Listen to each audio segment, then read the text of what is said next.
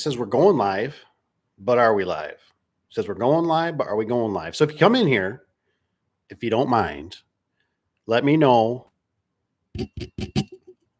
Hello. I got to make sure. Hopefully the right mic is working. That's what I'm hoping for. So if audio sounds okay, sounds like I'm tapping on this one, let me know. Just say audio's good. We're good. Or if it sounds really bad, let me know. Okay. So PM emailed me. And he said, good afternoon, Dave, which I'm glad. So just so you guys know too, a lot of these videos are inspired by you. So please, feel free to email me, comment on the videos. It sparks my imagination. It helps me create content for you guys that's helpful. Because I want you to do better than me. Oh, thanks for the one like. Appreciate it. So it says, I have a question about using a Genie 6170, or we have a Liftmaster 98022. This is on a 12 by 12 Wayne Dalton TS 200 garage door. Says, would you use one of these on this door? Pete. That's what it says. So, I kind of want to get into it. I want to hear your guys' opinion. So if you come on here too, I try to compress the front of the video or the live of some of the stuff I'm going to kind of go over, and then we kind of go into your comments and anything you want to discuss. So you can always throw on here too about business, how to start up, advertising, anything like that. If you're just starting out, or if you're a seasoned vet, or you got just anything to input that can be helpful for somebody out there. So my first thing is, when I seen this from Pete, is a 12 by 12. I didn't get a lot of details. For one, does it have a high lift? So let me tell you one thing I can tell you. You got to make sure you pay attention on these jack shaft openers. You got to pay attention to what they can do for height and what they can do for weight. So make sure you're in the right parameters, right? So for instance, I think I did the Liftmaster 8500 when they came out. I had a sales guy that put them on, I think they were 14 tall, and they had high lift. I think they're only rated for like 16 or something like that. They worked, but they got glitches in them. You know what I mean? Like, and it was obviously our fault because we went past its parameters in a sense. But they worked. And so what I'm getting at is, if you got high lift in there, pay attention to that. Just don't forget about that kind of stuff. Those are weight and the dimensions, the height of that door, the revolutions that thing's got to make. Now, first of all, my first opinion is, I do not use jack shaft openers on standard lift doors. To me, that is a big, big, big no. Jack shaft openers, in my opinion, are made for a couple things. They are made for high lift garage doors, or they're made for full vertical garage doors. That's it. Now, I get that sometimes you got somebody's got a lift in there, or their door does have a little bit of lift, and I'm saying like a car lift. So I just personally don't. So let me give you an example.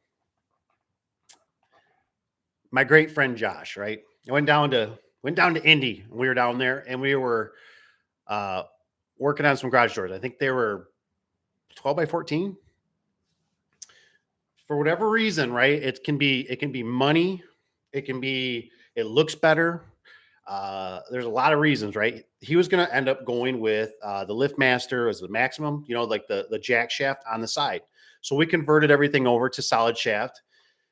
And I explained to him, I said, look, when I do commercial doors, I said, everything comes with solid shaft regardless. They're stronger. They're better. They're center coupler. I like the center couple, adjustable center coupler. Am I saying because I like that when you the next guy, I like to be able to take the spring off in the center. I like options. I like to be able to adjust the door, tweak it. When you do a hollow shaft on stuff, it just, I don't know. I don't like it. Anyways, so he's going to put a jack shaft opener on this. And I told him, I said, you got standard lift door, which is like what's normally in your house, right? It just comes right up. It curls right back. There's no lift to it for a little bit and then curls it or go full vertical. And I said, I said, as we're there, right? And I'm smelling the air. I'm smelling the environment. I'm seeing what's going on. I'm seeing how people are interacting with the other doors and stuff like that. I'm like, I would absolutely not put jack shaft openers on here.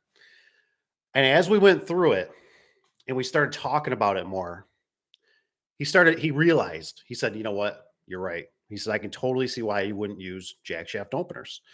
And I said, I'm just telling you, it's not the right way to do it. I said, you want to move the garage door. I said, you don't want to dump the springs ever. You know what I mean? And I know these things are very high tech, have lots of sensors. They've come a long ways. But what I don't like is I don't like that people go, oh, it's new.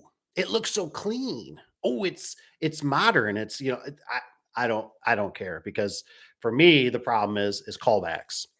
And I've been in those situations where I've had things that I've screwed up, and I have customers that they look at you with a hawk eye, right? With that dirty, when you show back up and you're like, hi, I'm like, and they're like, I thought you sold me something nice.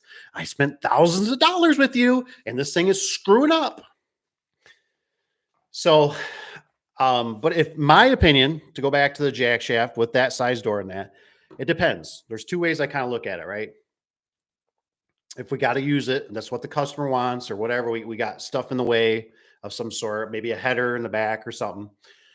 I go two different ways. I always, every customer, every situation is always different. So I look at the customer and I go, okay, what are they trying to accomplish here? So Genie in my head, Genie are sometimes a little more susceptible for power outages and zaps, right? That's just how they've been over the years. I'm not saying these ones are going to be, but Genies were always known in our area, at least, for lightning strikes. Lightning strikes would take out a lot of Genies. I replaced a lot of Genies with lightning strikes, brownouts, things like that. The Liftmaster seemed to hold up a little better than the Genies. So that's one thing to think about. Another thing I look at as I go, what are they looking to do? Are they looking just to push a remote and the door opens and they just want basic functions? You know what I mean? Remote, outside keypad. Okay, I'm probably going to stick with a Genie. I've had pretty good luck with the Genie. We had some, I don't know how many we got out there. I mean, when I was kind of in charge of the helm, I mean, I probably had about 10 under my belt and I had 0 callbacks. But the Liftmaster, it would be about 1 out of 5. We would get a callback, for something glitching or something doing something weird. So take that with a grain of salt. But then you got the other part of me. If you got somebody that's got a Liftmaster, or maybe we're going to go with a Liftmaster is what I'm trying to say. I look at them and I go, what are you trying to accomplish? Do they got the BMW? Do they got the Mercedes? Do they got the Bentley? They want it to be programmed. They want to be able to look at it from a computer. They're traveling. They're going across the world. They want to know if the door is open, is closed. They want all these weird creature features. I kind of like that. So then I go, you know what? I'm probably going to go with Liftmaster, because Liftmaster has normally pretty good tech support. There's a lot of information. There's a lot of websites. There's a lot of YouTube videos on it.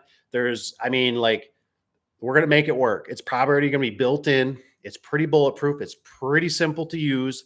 And then, like I said, the tech support's there. That's the big one.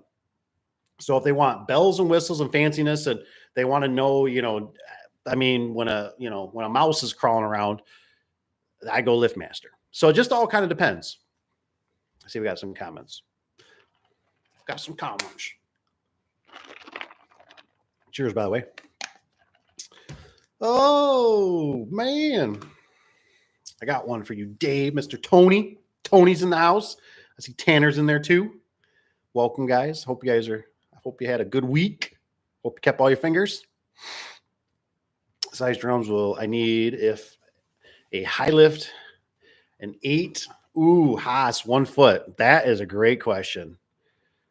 Tanner, you up? I honestly don't know. I always do everything through like Service Spring. Normally, if I don't, it's a phone call. Drums are one of my weakest points, honestly. I couldn't tell you, except for I can tell you when I've done doors and somebody engineered it wrong and the cables start wrapping. And I'm like, there's no more wrapping.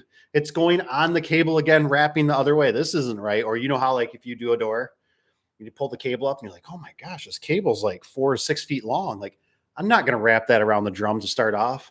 You know what I mean? So you gotta like cut it and swedge it. Says Tanner's got, so he's got, yes, he says, know what you are selling, that all part of the game. I'm also guilty of this, but you need to do your best on trying to keep up with the changes in models. Yes, that's true. Like I said, and I think you just got to feel out, the customer. It really depends. So, yeah, I always veer the customer and I explain to them. I'm always like, you want to move the door. I'm like I said, you don't want to dump the springs. And normally once I explain to them, like if something gets in the track, let's say dust or whatever, like that for some reason kind of makes them go, oh, I get it. So I'm like, if the door's coming down and it hits something. Now, granted, the safeties work great, but here's the thing. The 8500s, I've had, I'm not going to say a ton, but I've had multiple that I went to that I don't like the slide locks, the ones that go into the track to block the rollers. I've had, I think 2 of those, if I remember right. I mean, I know one I remember failed. And I remember it bent the roller, bent the hinge. And of course, it was one of those days I was up doing a job and I think I was doing a detail or something. And I think I had a personal vehicle, something to save on gas. And I got a phone call from the secretary. Hey, could you swing by here and take a look? And I'm like, yeah, not a problem. Right. And the guy kind of had the tools to do it. He's like, he's helping me. He's like, hey man, I got impacts. I got wrenches. I'm a mechanic. What do you need? And I'm like, well, what I need is I need a roller and I kind of really could use a hinge. I can probably make the hinge work, but I really need a roller. And so I was kind of stuck with like, crap, what do I do? You know what I mean? And I thought this stupid lock. So I don't know if I beat it back or whatever. And then of course, I'm up here in Michigan, we get some rural areas, man. I mean, we're talking 2 hours to get to anything that's a hardware store. So I got it fixed somehow. I got rid of the lock. I told him, I said, look, I said, just get rid of this thing. Cause it was intermittent working. There's just more moving parts. You know what I mean? Like when you have a J-arm hooked to a garage door, if the opener doesn't work, it doesn't work. You know what I mean? It's not moving. So there's just more stuff I don't like. I don't like the fact that like, I go into a lot of situations and if they're not pre-umply done in a sense, like at one point, I don't know if you guys ever feel like this, or maybe you guys even do it. I was going to carry extension cords, carry like a 4-foot, 6-foot, 12-foot whip that I bought from like Home Depot or Lowe's. And I would sell it to the customer because I came across so many times that we would do it or somebody detailed it or we just showed up and it was like, oh, you go to put this opener up and where the heck there's no power, but there's an outlet on the wall. So it's like, and of course, you know how it is. Customers always, oh, I'll get somebody. I got my buddy, blah, blah, blah, blah. I go back 2, 5, 6, 10 years later. It's still got the extension cord. So the problem is though, extension cords aren't cheap. So sometimes, they had one, sometimes they didn't. And it was like, do you kind of like, you're like, you can just have mine and you don't know what the price is. So that's just why I like my trolleys. I like they got a whip on them. I like that, there's normally the builders, like it's just programmed in everybody to put one back there. I think still to this day, I don't see builders constantly putting one in the back and putting one up in the front. It's just not, because they don't want to put any more outlets. At least Sparky doesn't. How do you like hostels? So this is Tanner. He says, I have an opportunity to take them on. I'm in the process of buying out another door company, and that's what they carry. But I'm not sure about them. Haven't ran into a lot. Sound is good. Awesome. Yeah, that's kind of weird. Like I said, I used to deal with Haas. I like the track. I love the track. The track, especially if you had the jams, it was kind of like a double-edged sword. If the builder built the jams and you're just doing like a new install, bam, man. I mean, you just throw up, they're riveted. I mean, it was just zip, zip, zip, zip, no adjusting. It was great. They were kind of, they get stuck a lot because the flag brackets are on, so they bind up on a lot of stuff in your truck and stuff like that. But Haas was good. The only thing I didn't like about Haas is the fact that still the aluminum bottom retainer. I tell you what will sell me on a garage door is a bottom aluminum retainer that's already installed. I just look at that as something as such a I still to this day do not find any advantage of having the bottom seal detached. You know what I mean? And they give it to me separate, except for it saves the vendor money and time and labor. Like I just don't see there's no benefit to me.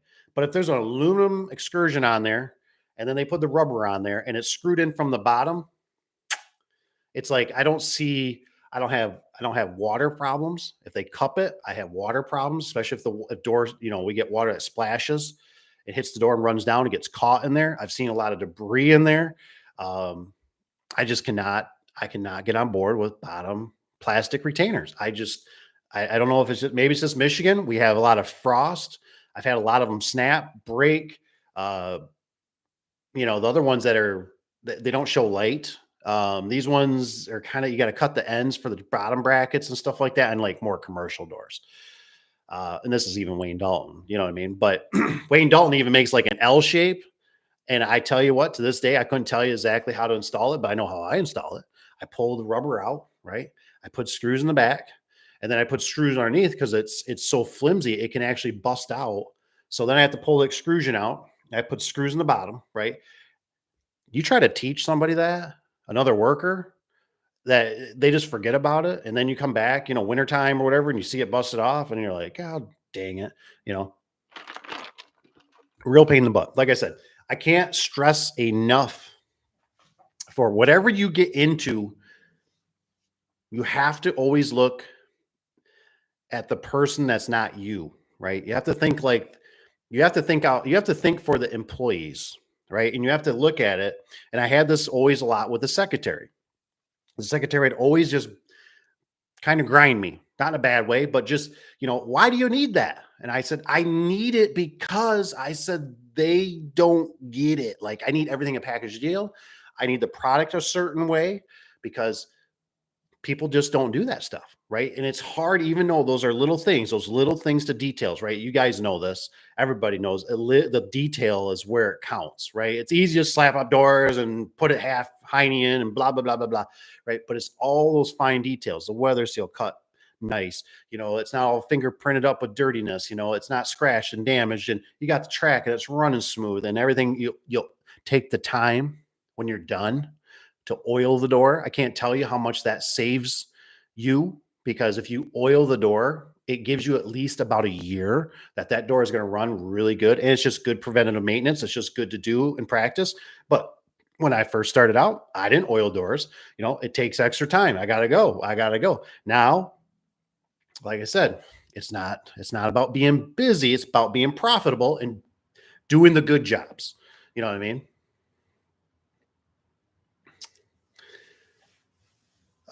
Tanner says lightning strikes will take out Liftmaster also. That's good to know. I know they will. It just seemed like the older ones, it seemed like the Liftmaster always held up a little better.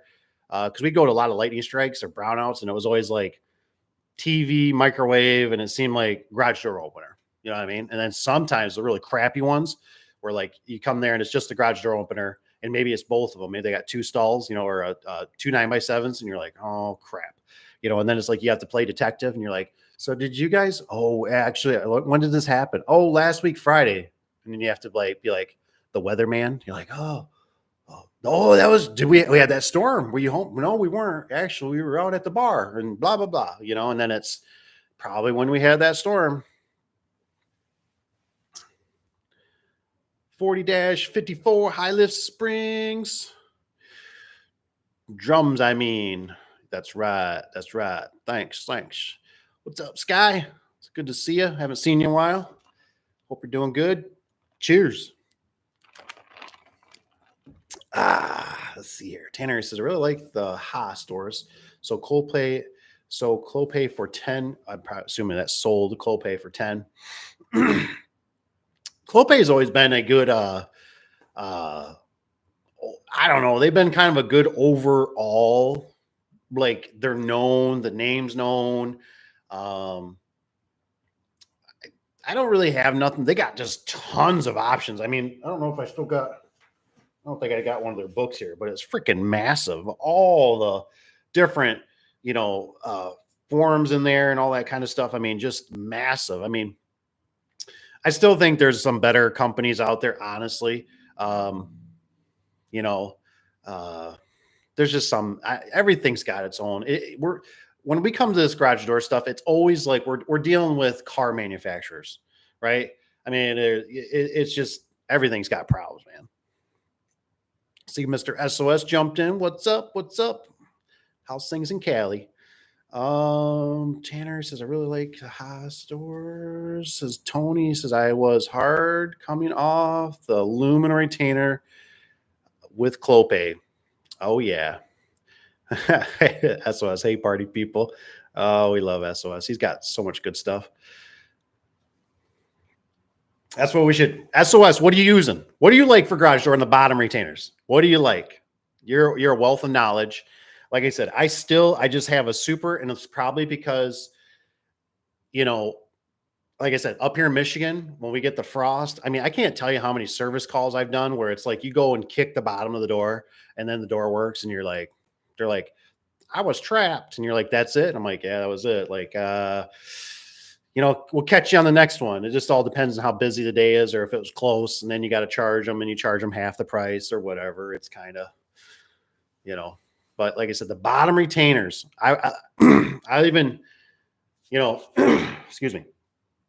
I remember the one time I dealt with the AMAR, right? I think I've told this story before, but the AMAR went into the AMAR distributor plant, you know, to pick up my door. It was a built door of some sort. We needed it. It was kind of a hot job, and they got the training guy there, right? You know, like the sales guy, like the big dog, and there's like three other guys, and they're like, and I'm like, so I'm looking at the sections, and I go, where's the bottom section? I said, I don't see no bottom seal. Oh, yeah, we forgot. Not a problem. All right, we got this. We got this. Our stuff is we got this. Bring a piece over. And I'm like literally watching three guys trying to get this because there's just like, you remember those wristbands that you would slap over your hand, your arm, and it would wrap around? That's what it reminded me of. It's got that weird cup shape to it, and it's supposed to be like spring loaded into the bottom section. And I'm watching this and I'm watching the sales guy, right? And I'm just kind of sitting back because they're not asking for my help or anything. And they're just kind of trying to get me loaded up. And I'm sitting here in my head and I'm thinking, wow, I'm watching three grown ass men trying to get this bottom retainer on. And I mean, they're struggling. Oh, we got this. There's no, you know, and they're just getting a screwdriver and they're kind of popping it in there. And all I kept thinking to myself is, I thought, my God, I said, if that thing pops out or if I have to replace it or whatever out in the field, and there's three guys here doing it on a flat table in a climate controlled building, how am I going to do it out in the field? And I was like, oh, whatever, right? I got to get this door, right? It's a hot job, whatever. And I kid you not, that same door, I installed it probably about a week or two later. I get a phone call from that same customer. And he's like, the bottom retainer came out or something. And he's like, something's wrong with the door. And I'm like, what? So I go there, I look at it, and sure enough, the bottom retainer is totally out of it. And I was like, I know this dude hit it. This cat, man, he hit it with the back of his SUV. And I mean, I'm scouring the whole thing, right? Looking for a nick, looking at his back of his vehicle as I walk by and get my tools. You know, I'm scouring. I'm like, oh, like he hit this thing. I know he did, you know, and couldn't find nothing. Not one thing wrong. But the bottom retainer came out. And guess who was a sucker that had to put it back in with the garage door installed out in the field with some screwdrivers with his knee, you know, with the door partially up. And I'm just sitting there going, boy, what I would do for another technician or some help right now. And I thought, this is just stupid, you know? So I get funny about bottom retainers. I'm sorry.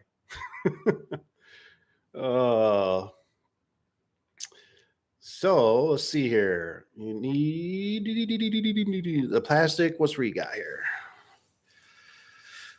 Same thing about bottom retainer, but I can order it with the plastic bottom retainer and order bulk aluminum retainers and add them on the job. That's true. That's true. Like I said, everything, like I said, it kind of goes with the whole car manufacturers, right? None of them are perfect. They all have their certain flaws. It's just which one has the least amount of flaws.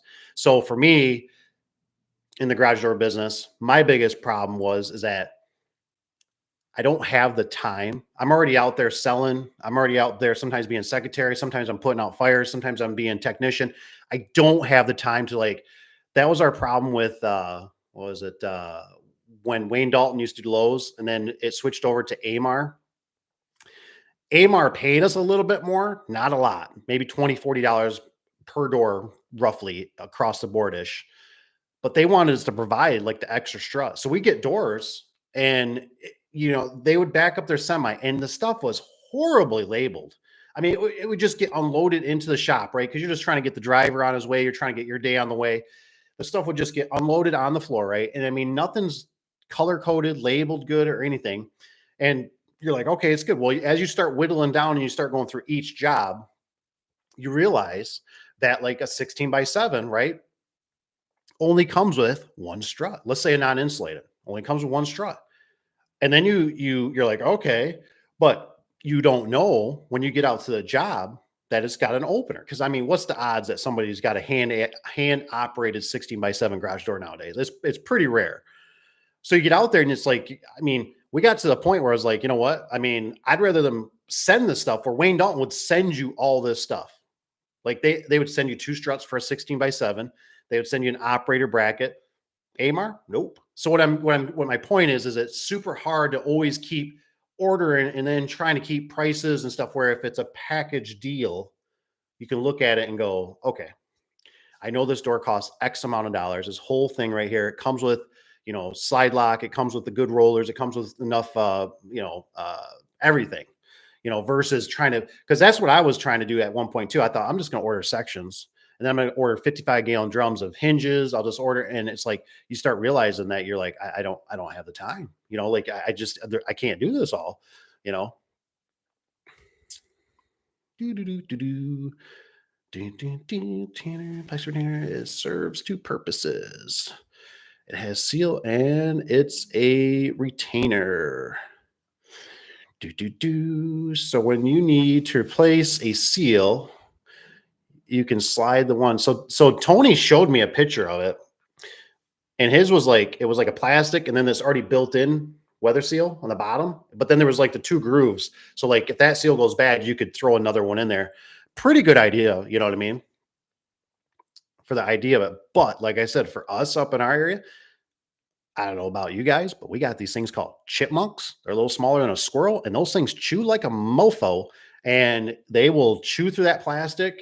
Um, and the one thing I do like too, this is my opinion, let me know if I'm crazy on this, is when you have a bottom retainer that's metal, I like that they put screws in it because I've had so many that I've thought I'm crazy, right? Where I come across doors and it's like that bottom seal will shrink over the years. And I've had customers kind of call me out a little bit but if it's got the screws in it and then I see it's obviously gnawed, I just like simple things where I can look at it and go, well, there's screws in it. Obviously it didn't move. You know what I mean? Like it kept its form. And yes, you can tuck the weather seal in and stuff like that. But those are those added steps that if you start growing and you start having employees, they won't do that always, even though you tell them. And then what happens is, what are you going to do? You're going to start managing these guys, tell them every job you go to, I need a 10, 20, 30 minutes, an hour heads up. I need to come and check your job. And then you got to make a checklist and you got to go through. It can just be very daunting. You know what I mean? So it's like, if you have a good product, it makes life so much easier, right? Just boom, it works. That's why I get irritated sometimes when they keep changing these garage door openers and stuff, because I have installed them for X amount of years. I know what their flaws are. I know if there's any glitches to them. And typically whatever it is there's not very many. And then, so I can help my technician in the field. I'm like, dude, like you're obviously doing something wrong, or there's really not, let me show you, or let's take a look. But when they change, we're back to ground. I mean, has anybody, I follow the vehicle stuff pretty good, right? I think across the board, Toyota makes pretty good products, right?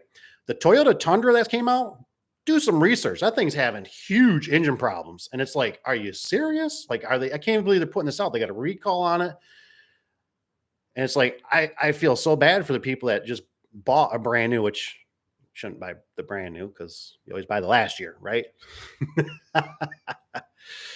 Let's see here. So need place. Nice thing about plastic cell.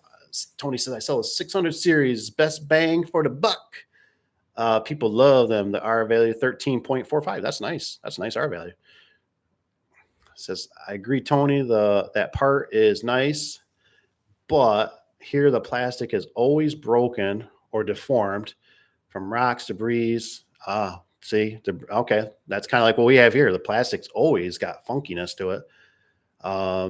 Great, usually change them out with commercial aluminum. And that aluminum can be, oh man, SOS says it's hot. It's hot in Cali. Guess what? Next week, we got some humidity coming. I think we're up in the highs 96. So that's hot for us. That's hot. I know that's nothing for Cali. Like, you got to smoke down there. I know that. Retainer with 1-inch L shape to hide the dust and rub mark from the plastic. Retainer with the L shape, 1 inch. Huh. And see, here's the thing. Like, yeah, I was thinking. I think SOS. Yeah, bottom retainer. I was just wondering what do you like? Aluminum, plastic? You probably got it down in here somewhere. But yeah, so I've even had it on the Wayne Dalton one. It's like they put a soft on the very tip of that one that's like a U shape that cups on the outside. I've said this before, but it deformed once, right? It looked all uneven. And I've told the story. I'll make it short, but it was a fire marshal, the fire chief. Then we do all their locations, right? All the fire department in that certain town. And I remember, the guy comes home periodically, right? And I pulled up to the job site, the guys are installing, and I'm looking at the bottom, and it just, my eye goes right to it. And I go, that looks horrible. And I walked in there and I told the guys, I said, hey, did you guys get out and look at this door? I said, this bottom retainer looks like crap. So I literally had to take my old trusty razor blade, and I had to go on the ground on my knees with my guys, right? We're all doing it. And we're literally flicking. There's a little piece of rubber that's at the very top, very soft. Like they make it so it cups next to the door, right? And it's folded down. So it's up, it's down, it's folded. So we're sitting there flicking that thing out of there to make it look crisp. And it's just one of those things that I can't stand, because I sit there and I go, this came from a factory with people, employees, and climate control. Maybe they don't have air conditioning, but what I'm saying is they don't got the sun beating on them. I want my retainer installed, and I want it nice. I want it to last. I want some screws in there to keep it from shrinking and that. I don't want to have to fold it. I can fold it if I want to, but I just, the bottom retainers I get real funky on, because like I said, I just had too many issues over the years. The aluminum ones, I can't remember any problem I have with the aluminum ones. I just cannot remember any. Tony says, SO Scratch Door, are you the guy? YouTube? Yes, he is. If so, how the hell do you get that kind of money? Money? What's SOS get? What kind of money? I don't think he's the one that's doing the class or anything. Be easy on Mr. SOS. He's a good dude. Aluminum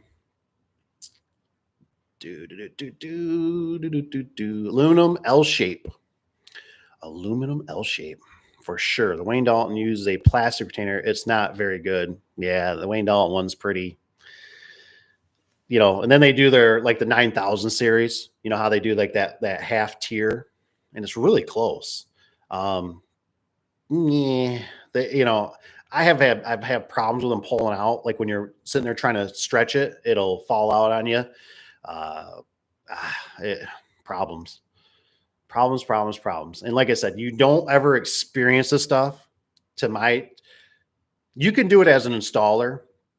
You can experience it, but it seems like it magnifies when it's definitely you and you're out in the field, right? And you got the customer and it's a hot summer day or it's freezing cold out and you're like, I do not want to deal with this right now. Or you're trying to explain to a technician or show them, or they're struggling, it gets to be kind of problematic.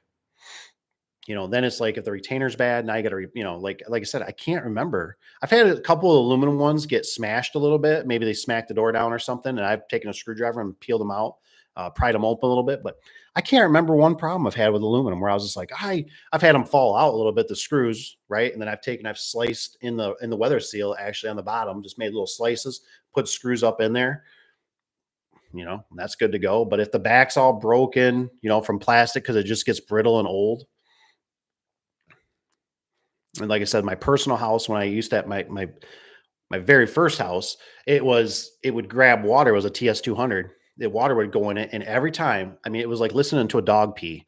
I mean, the door would go up, and I'd literally watch the water just, I mean, it would just keep coming and coming and coming. And I'm like, if I was a customer, I would call about this. And the worst part is that I literally had an overhang on my garage door. I had a 2-foot overhang to help keep the water, an eyebrow, to keep the water away. And the water, when we get that with that wind, it would literally just get in there.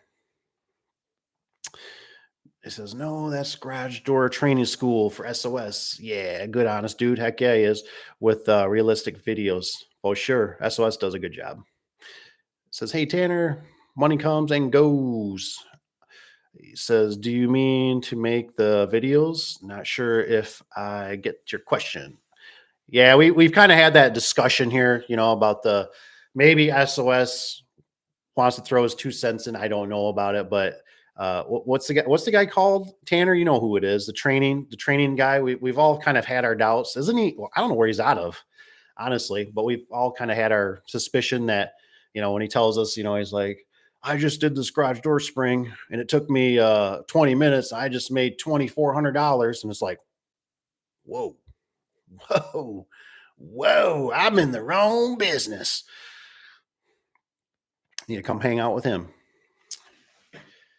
Says, says, I think Tony was asking if you were the guy on YouTube. He says that flashes cash and tells people that you make hundreds or thousands of dollars in 5 to 3 minute jobs called the garage door training school. He is. That's right. That's right. Oh, I love it.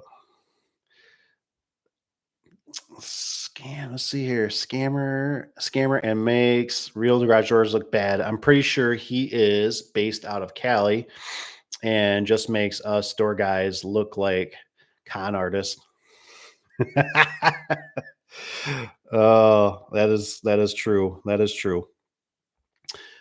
He says, I'm sorry, Tony. He says, I don't follow the comment feed, but I know, he says, the guy you are speaking of. He says, I'm on YouTube, but he says my content is different. Yeah, he's like I said, I was going to see if I could find Mr. He's a good dude to follow. Like I said, I definitely recommend him. He's got tons of information.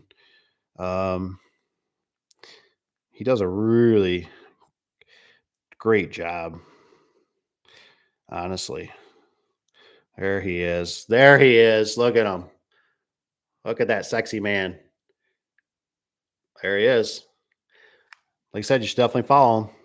He's got a lot of good information on all kinds of stuff, man. Like I said, even Peter, if you're looking for more insight on those, go to him. He's got all kinds of stuff on that. For like the Genie jack shafts and the Liftmaster jack shafts, all that good stuff. Let's see here.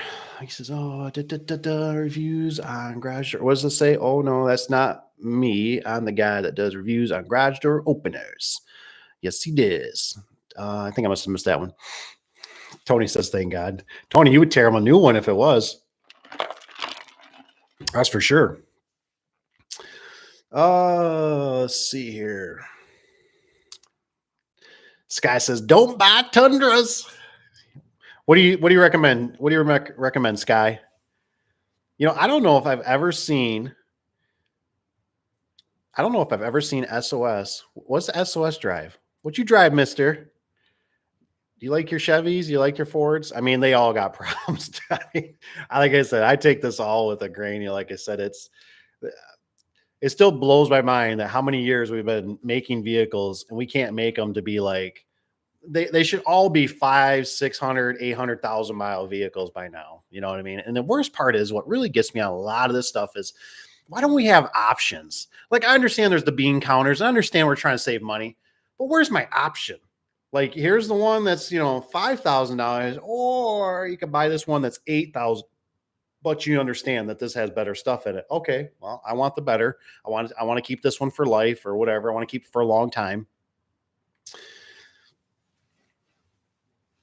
I think, dun, dun, dun, dun.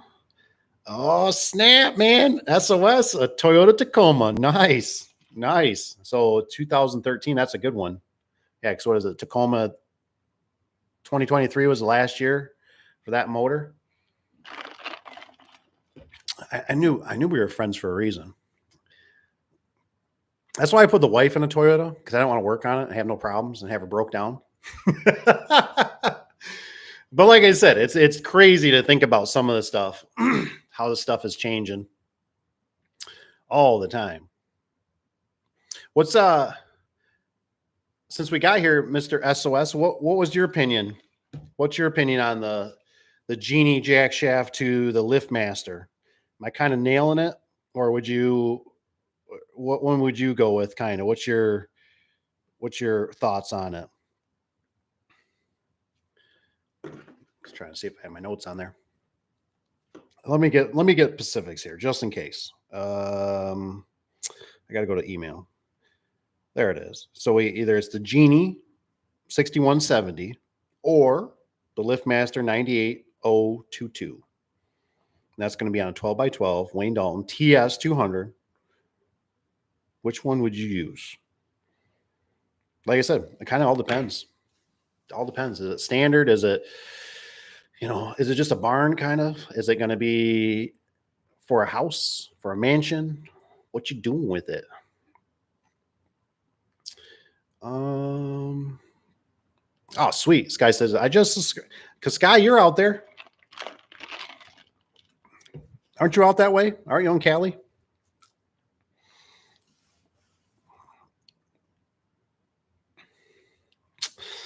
Yep. Yeah, I'm glad. I'm glad SOS says it. Like I said, it feels like it always depends. You got to go to the customer and you gotta feel it out. I don't know how to describe it. I can never give anybody just a defined answer. It feels like it's such a weird feeling, like when you go to the customer and it's like you almost just kind of be quiet and you listen to them. They're talking about this, they're talking about that, and you're kind of understanding. You're looking at their vehicles, you're looking at their situation. They're telling you they're going on vacation, they go away. This is a Airbnb. This is a vacation home. This is this, and you start asking stuff. Hey, do you guys lose power a lot? This and that. And, oh yeah, we do. It seems like it happens. Every time we're here. Okay, well, obviously we want battery backup. Blah blah blah. I mean, it's just the list goes on and on. You see the real tech savvy. They're doing all the weird stuff, on their phone, and so it's like you got to ask all these questions. I'm surprised we don't have somebody should come out with a list of like Liftmaster always had a list of like preventative maintenance and stuff like that. But I feel like we need a list to go to the customer and be like, do you have Wi-Fi? Yes. Okay. Do you have an outlet? Yes. Don't forget, is that outlet energized? I'll still never forget that customer that got me in trouble through Lowe's. And I remember it was guy went down there, did a detail on their paperwork. It says, is there an outlet within 3 foot? This is for just a standard trolley, 16x7 door. He checks it. Yes. Right. We go to install it. Is actually my business partner. He goes down there and install it. The whole garage is dead. The whole garage. There's no power in the garage. And the lady comes out and she says, you're going to fix that. And he says, I am not a licensed electrician. He goes, and then what she was mad about is he was running an extension cord to her house. And she came out and she's like, hell no. She's like, what are you doing? And he's like, there's no power in here. And she goes, you're going to fix that. And he goes, I'm not an electrician. He goes, I'm just here to get the opener running. I'm going to set the limits and you're going to have to call an electrician. And I remember, I don't know, month or so or something later, we get a phone call through Lowe's corporate, what I mean? They want to talk. They want to talk to me. And so I did the walk, right? You guys ever do the walk where you're walking, like pacing back and forth? I'm walking outside and this guy's like, yeah, yeah, blah, blah, blah, blah. And I said, I told him, I said, I can't even believe we're having this conversation, honestly. And I said, if you'd like, I said, we will be more than happy to go down there and remove the garage door opener. And I said, we won't be rude about it or anything. I said, we'll just go down there and politely remove it. And he's like, no, no. He goes, well, here's the problem. He goes, on your detail, it says, is there an outlet within 3 feet? And I said, okay. And he goes, you check that. And I said, you're right. I said, we did. I said, it does not specify on there, is the outlet energized? I said, it says, is there an outlet? I said, we assume that the outlet has power to it. Well, I know. What we strive for 100% satisfaction guarantee, blah, blah, blah, blah, blah. So we're going to send an electrician out there, but I just wanted you to be aware of this, So from there on out, we carried the DeWalt battery chargers, 18 volts, right? The little LED or light that would light up on it. So every outlet, oh yeah, battery's charging. Okay, this outlet's good. You know what I mean? Probably nowadays we'd get a tester. But yeah, that was not pleasant. And then about like another 2 months went by. The customer was claiming that and I knew the technician. He already told me, my business partner. He said I parked on the road, and I don't know why he said that, but he told me that. And she's claiming now we hit their vehicle with our door. I said no. I said we parked on the road. Obviously, I think we understand that this customer is looking for freebies. Tanner says, oh, he says, yeah, I like my 06 Duramax. They can last forever. Except for the keyway, right? The keyway is the fatal on the timing, right? Timing chain. Is that what I watch? Who's that guy I've been watching? Is it Dave's Garage? Dave's just such a good name. He's always doing the keyway into him. It says a Genie, but yes, depends.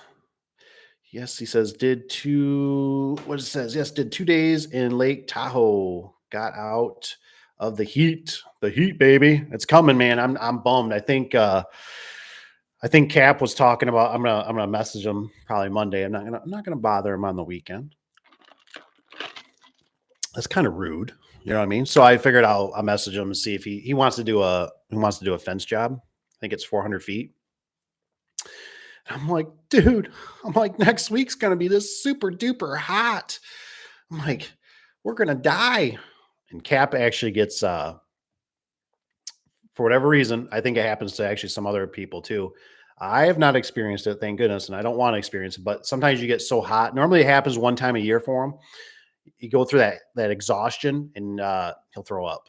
You know what I mean? So I was just like, oh, and I know the next week they show the whatever 16 days out. It looks like we're going to be just warm. And I'm like, oh, it reminds me of a job one time doing a fence. And I remember we had to get it done. We worked our heinies off. We got sunburned so bad. I mean, I had a towel, or I had my shirt on my head to keep my neck, long sleeve on. And then the next week it was like 20 degrees cooler. I was like, are you kidding me? I was like, that's just how it goes.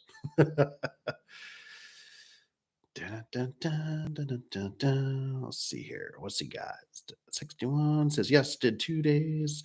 Says, I only give the customer one option. One option, Tony. It says the 8360 50-267. There you go. That's all we got. Sometimes that's not bad. You know what I mean? I'm always a 3. Like I have a 3 is like my max. I typically do for brochures, for garage doors, for openers. So we normally kind of have our cheap, middle, and then which with the openers, honestly, I could agree with Tony. I could live with like probably just one, and this is all we deal with. And if you like it, you like it. If you don't, you don't. So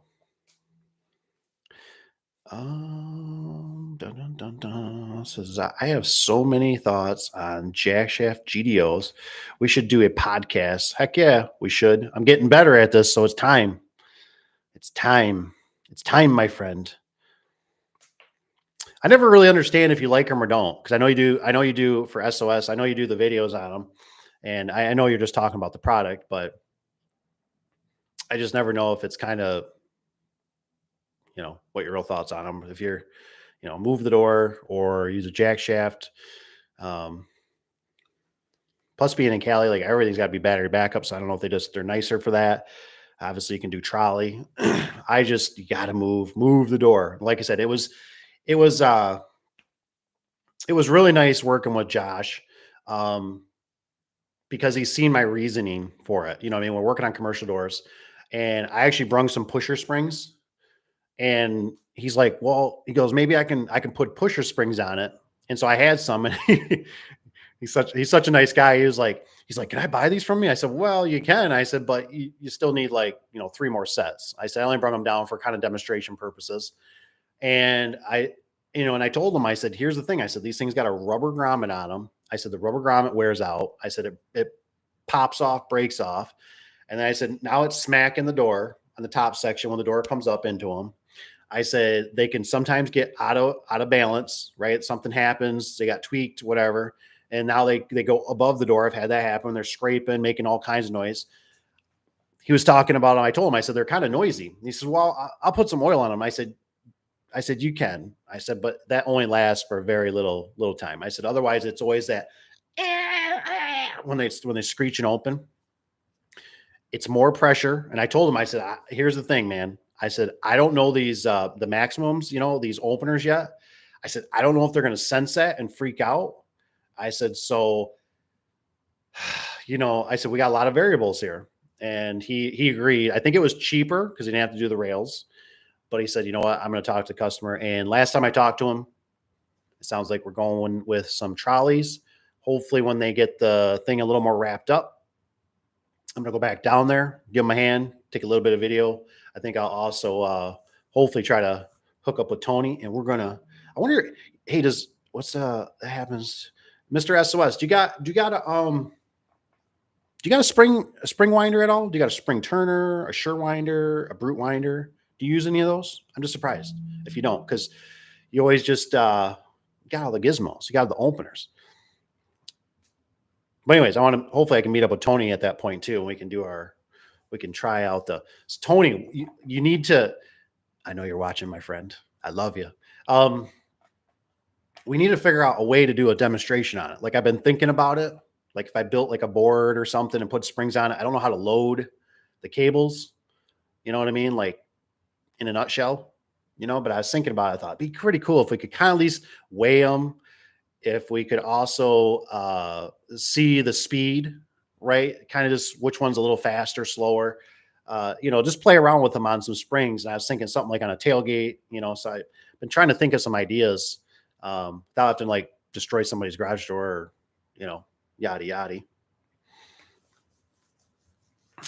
Well, like I gotta find the delete button here.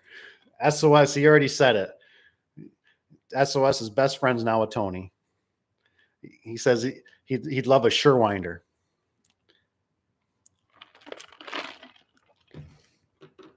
That's okay. I'm not gonna lie. I think Tony Sherwinder is going to be pretty nice. I could definitely see. But this is why I want to mess with him a little bit. I got pretty tight to the drum when I was winding those springs down with Josh. And I was like, I'm screwed, man. Like I'm sitting there winding that thing, ring, ring, ring, ring, and I'm watching it, the springs growing. And I'm like, I am screwed. And you know what was nice though is I got the spring turner out of there. And the way they got that coupler, it just slips and it breaks apart. And I haven't watched enough on the Surewinder, but it looks like obviously that tab's in there. And I thought, well, if my tab was there, well, crap. I guess if you take the top piece out, the bottom would fall out. So never mind.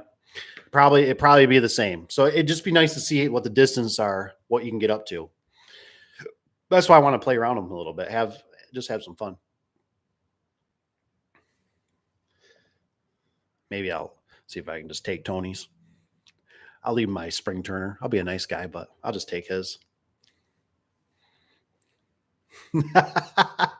I see Tony. I jump to the bottom. I look, I said, that's right. So I says, we're buds now.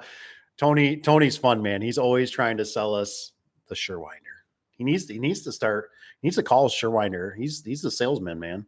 He needs to like start promoting them and giving us a discount. I did look up the prices and I was like, well, the Surewinder's probably more expensive. It looks like it's pretty close in price. I was like, dang it. I was like, what advantage do I have over Tony?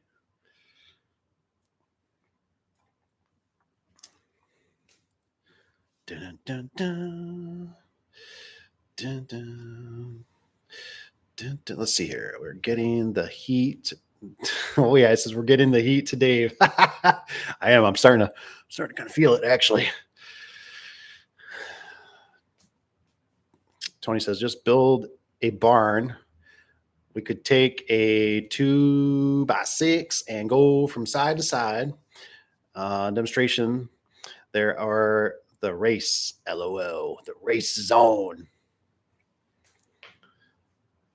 See, it'd be nice to see if we could find, I don't know what's going to be the hardest. Like we find it like a duplex. I don't have any duplex springs. Like we don't come across duplex springs very often. So I was trying to find something that was going to be pretty hardcore. Tanner says the maximums should not need the plungers. Oh, yes. Good point. Good point, Tanner. They are also slow start and stop. Detection and why you have to tell the maximum openers what lift style sprocket and drum is on the door. Perfect, man. I'm so glad Tanner you brought that up. You're right. That was one of them things we were kind of contemplating, but it was also like, hey, when they come in, do we want to have spring pushers just in case? So yes, so you're definitely right, and that's what I was trying to tell him. I said, this new technology, I said, might not be so bad, but I said it just still is not the right way to do it. I said, Tanner says, SOS will have to get the Surewinder tattoo now. Yeah, that's right. That's right. We've been talking about a tattoo. It says it's part of being in the club. Oh, man. Here we go with the tattoo again. Oh, I love it. All right. What is it? All right. Let's see here. That says Tony says, Dave, if you were in love with the spring turner, you're gonna freak out when you see the Surewinder. You'll probably leave your wife. Oh, that's awesome. I love it. I love it. I've been watching some of the videos a little bit, not hardcore. I see the concept and everything. I'm like, man, that Surewinder sure is just pretty. It's pretty. It's smooth. It's just elegant. And I was like, but I wanted to be that oddball. I thought I'm going to try something different. I can tell you the spring turner is life changing. I still would like not want to be without it. I'll take the Surewinder, the spring turner over winding that spring. Cause what did I do? I think I did 3 doors, 2 or 3 doors in a row. So I had either, it was 4 springs or 6 springs, just boom. I knocked them out when I had the lift there. And I mean, I realized after I was done, I think I had a little more stress on me because I was new, but I was just like, dude, I feel great. Like I was like, my shoulders aren't feeling funny. I was like, I'm not breaking a sweat. I'm not sitting here just like, on to the next one. I just went, this is great. Like, I love this thing. The only thing I didn't like was that I wish I had a can of that tacky and red stuff or whatever, just to spray in there. Cause I was running out of lube in a sense and in the gear. And I just thought it'd just be so much easier sitting here when you're winding it, just to keep spraying every once in a while, a little dab in there to keep everything lubricated so you don't burn it up. Plus, I'd like to see what the specs are. Like, see if the spring turner with a standard drill, a battery operated drill, if it could do more than if it's geared or something different. I don't think they're going to be really, and I see what mine is, just a worm gear. It really just reminds you of a garage door, like a residential garage door opener, plastic gears. That's all it is. We got a worm gear with another gear. I don't think it's going to be much difference, but never know. Don't know unless you try. That's right. SOS. Let's see here. SOS will have to tattoo. That's right. Let's see, Dave. If you leave wife, SOS, ask Surewinder to send you one to review on your next video. That's not a bad idea. Like I said, I'm gonna go down and see Tony. We're gonna battle it out. Me and him got some beef. He's always giving me crap, man. So we're gonna do a battle on him. He's closer than Josh. I think. What are you, Tony? About 3 hours away? I think he was shooting about 5.5 hours one way. One way. Says, thank you, Mr. Tony. He says, yeah, that's a great idea. And give it to Sky after the reviews. It'd be pretty cool. Like I said, I'd love to be able to, but they're a little bit on the pricey. What the small ones like $700-800, and then it's what $1,500 roughly for the bigger guy. And now I'm kind of missing. I don't have the smaller guy, so I almost thought about now that I'm on the spring turner side. That's why I wanted to meet up with Tony and go over it a little bit, because I thought, well, I really don't want to buy the smaller spring turner, and be like, because somebody commented and said they got one they've had for 8 years and it sits in the corner. I was like, that's pretty sad. I was like, you should sell that thing. Let somebody else use it. Tony says that's a good one, Sky. Tony says. That's right. You could also do a comparison video. That's what I thought about. So that's why I was hoping me and Tony got to figure out something. If I get down there, we're going to have to figure out like a board or something or whatever, just some way to kind of test them where we can kind of almost race them and just play around with them, check the weight. Cause mine, man, that spring turn, that commercial, that thing is Josh made me work off ladders. I haven't worked off ladders in years on a 12 by 14. And I tell you what, I was up there and it was like, bringing this big old brute piece of metal that I'm not used to using up there. And I'm like, what am I doing? I was like, this is dangerous. Dun, dun. Sky, look at Sky. He's got the muscle and the trophy. Love it. What's the market been like over there, Mr. SOS? What have you been seeing? Seem like it's kind of busy. Seem like economy's just booming, just kind of flatlined. What have you been seeing? You feel like this year's better than last year? I mean, anything just on insight. I'm just curious. What do they got here? Winders. I mean, we got it. I knew what you're throwing down. Josh, Tony says, Josh, about an hour. He says, Josh is about an hour and a half, 2 hours farther than me. Yeah, he was down there a little ways, Mr. Josh. So weird with this economy. I tell you, it's so hit and miss. It's crazy what's going on. I've been seeing some stuff getting approved, but I think there's a lot of struggling still with a lot of this stuff. I'm not seeing a lot of, goodness out there. But yeah, we'll definitely. You think you got something?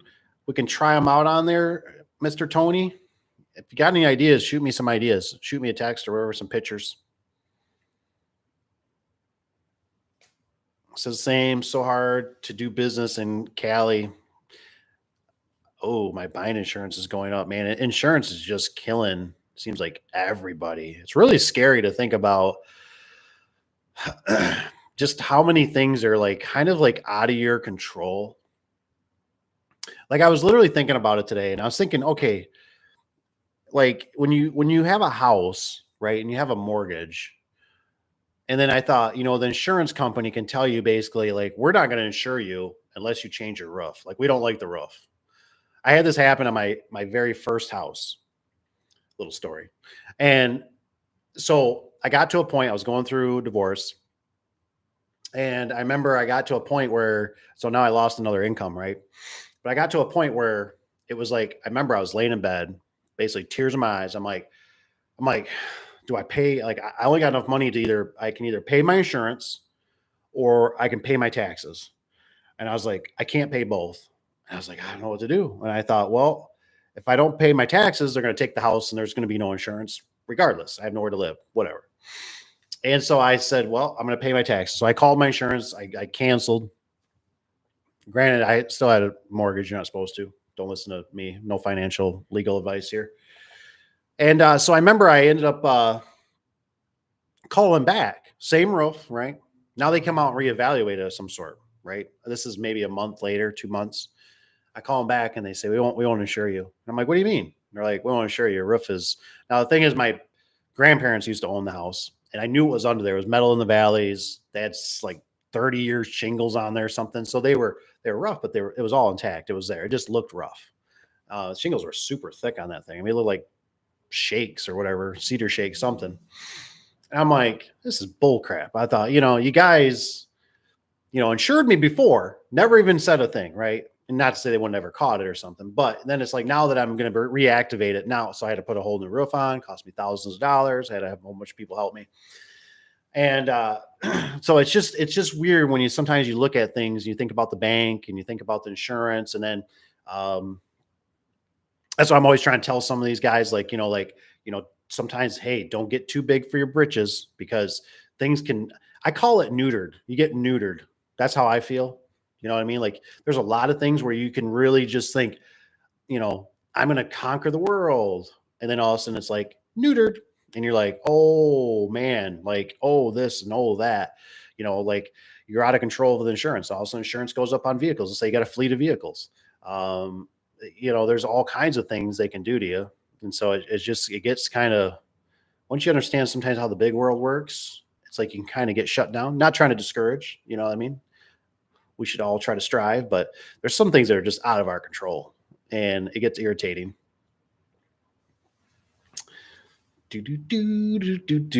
Tanner says, you are 10 hours away from my neck of the woods. Wish I could drive across the pond. LOL. I know. I'm bumming. I ended up getting rid of electric mower. I know, weird to have electric motor, but I use it like as a golf cart. And so I use it for mowing a little bit of a field area. And then I also use it for just transportation around property. And I donated it for a good cause. And now I'm without one. And so I've been looking for the particular model. It's a Ryobi. And they're all out of state. Like nobody has them. They quit making them, which I didn't realize. They did quit making that model, of course, right? And so now it's like, because I was thinking, I'm like, I'll just buy a brand new one. But the problem is most of them don't go the speed I want. I want it to be a little more zippy. And I'm bumming, man, that I can't. So anyways, one was in Chicago. And I'm like, I'm not going. It was on the other side of Chicago. I said, I'm not going across. I can't stand Chicago. And the other one was down in Indy. And I thought, well, maybe I'll head, if it doesn't sell, I'll go down that way. And I thought it'd be cool if I could wrap it all in, but I can't. I don't have a big enough rig for everything, for tools and whatnot. And I got little truck Dave.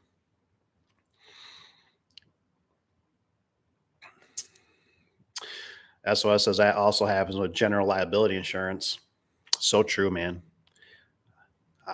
I wish, like I said, we got to do something, Mr. SOS. I feel like we could really shine some light on some stuff for these younger guys and just people in general, because there's a lot that goes into business, man. I mean, my hat's off to you. I mean, my brother-in-law, he's doing his floor thing. I love him.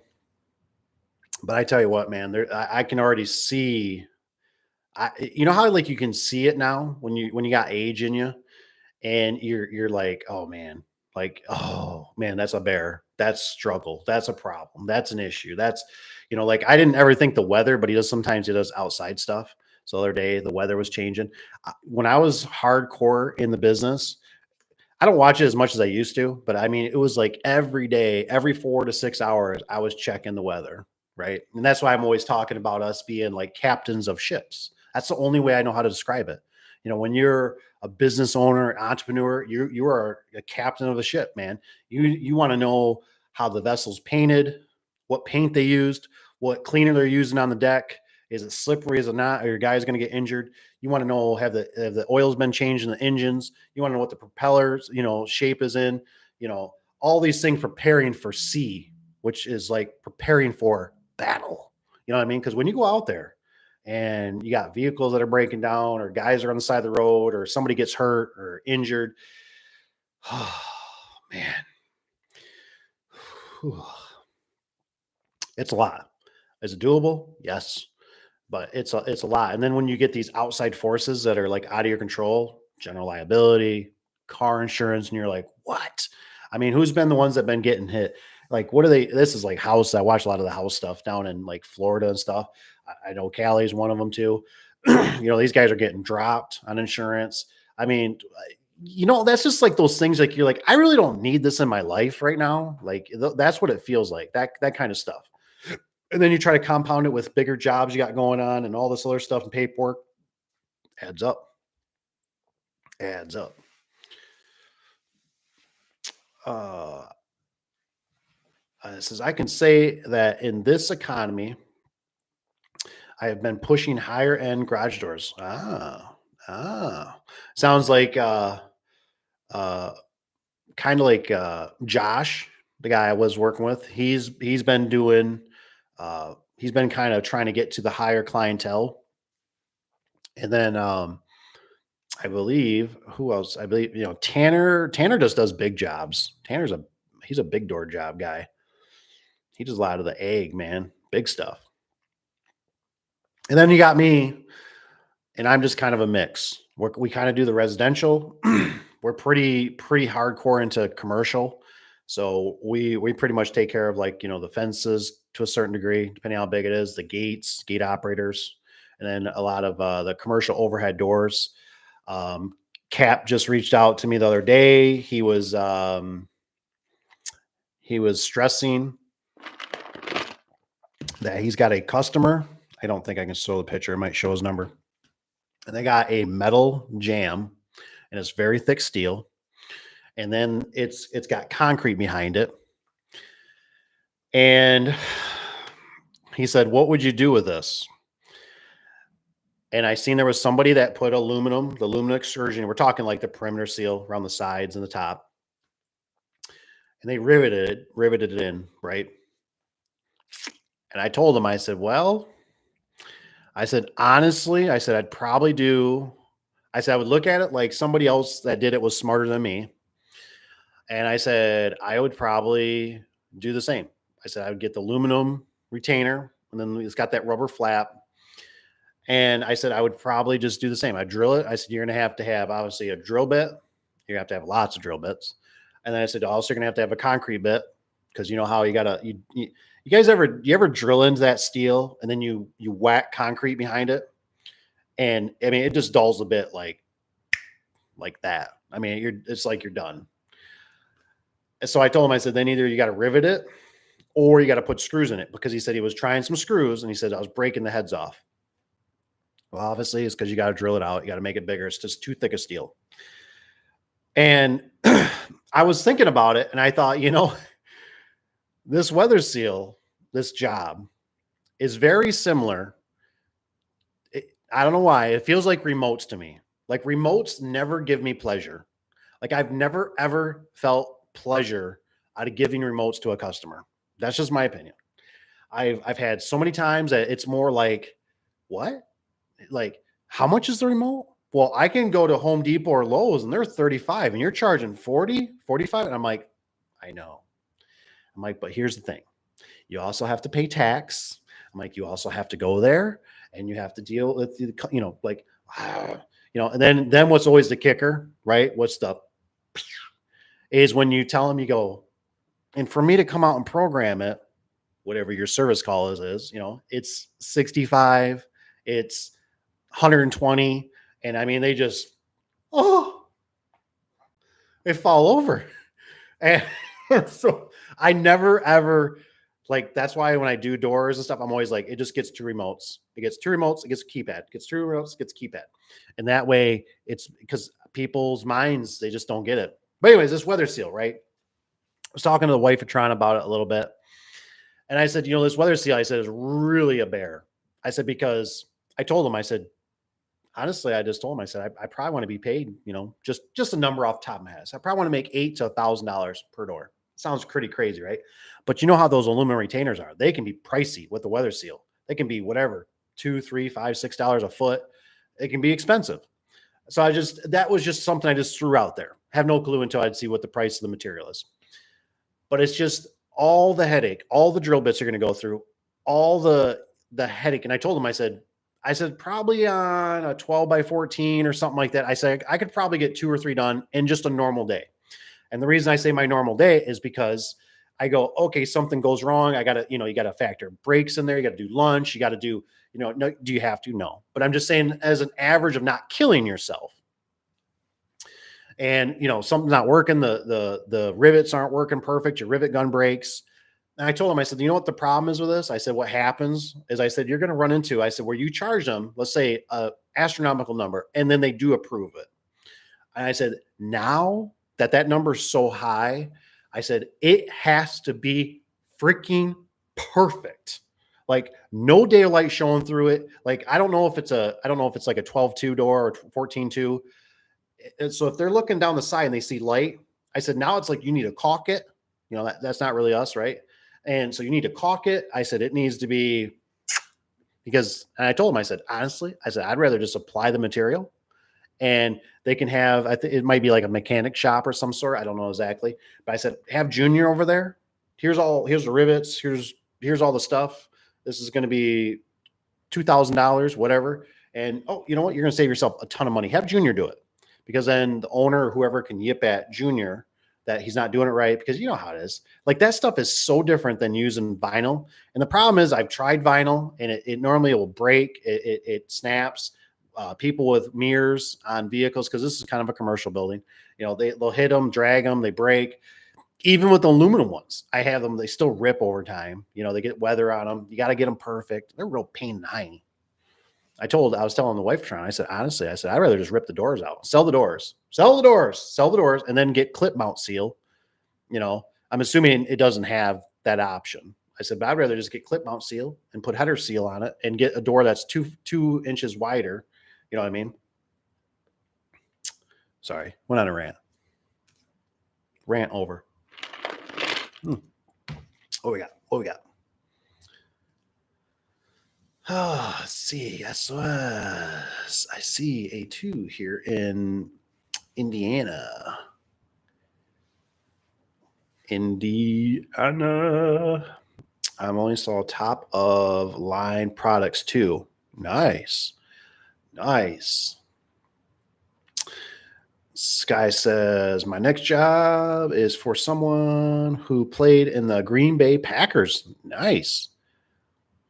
It's kind of weird though. Like, see, over here anyways, in my demographic, this isn't always, but I just heard the brother-in-law talk about this. He just did a floor, does the concrete, then coats it, grinds it, does a great job. Really nice work.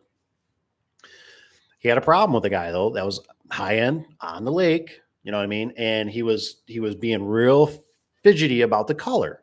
And I tell you, I've had the same problem. You know what I mean? Like, I even, sometimes the high ends are not always like, I used to have this mindset where it's like, you go to these high end houses and it's like, yes, it's like, we're going to make millions, this is just going to be a knockout, whatever.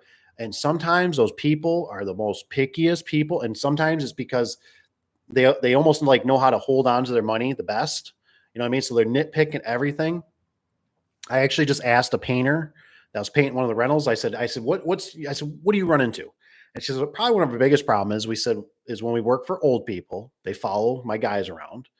And then she said, but honestly, she said, the best ones are business owners. She said, like yourself. She's like, because she forgot to paint something, and it was like a Friday, and I messaged and I said, hey, did you also get this? And she said, oh my gosh. And she was freaking out, and super great company. And anyways, I was like, no big deal. I was like, just, next week, come back. I said, I'll get you paid up. And it all worked out. But I was thinking about when she said, when I worked for the business owners, and I thought, when I've worked for my buddy that used to own the oil change place and stuff like that, we were all very level. Like, I think it's because we understand that things happen. We just wanted to just move forward and get it done. We're not trying to make, we're trying to work as a team. We're not trying to make your life miserable. So there is that. I don't know. You let me know.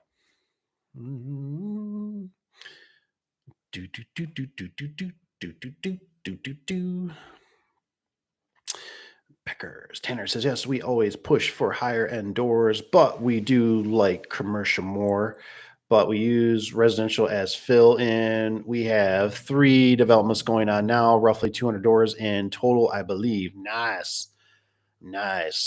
Yeah, residential falls off real fast for us. If we always recommend them to another company, if we can't take care of them.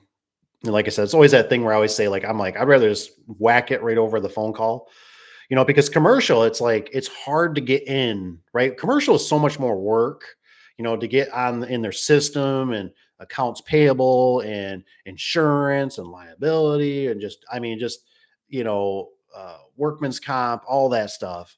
So once you're in, it's like, you don't want to get out unless it's not a good customer. So you got to really cater to them.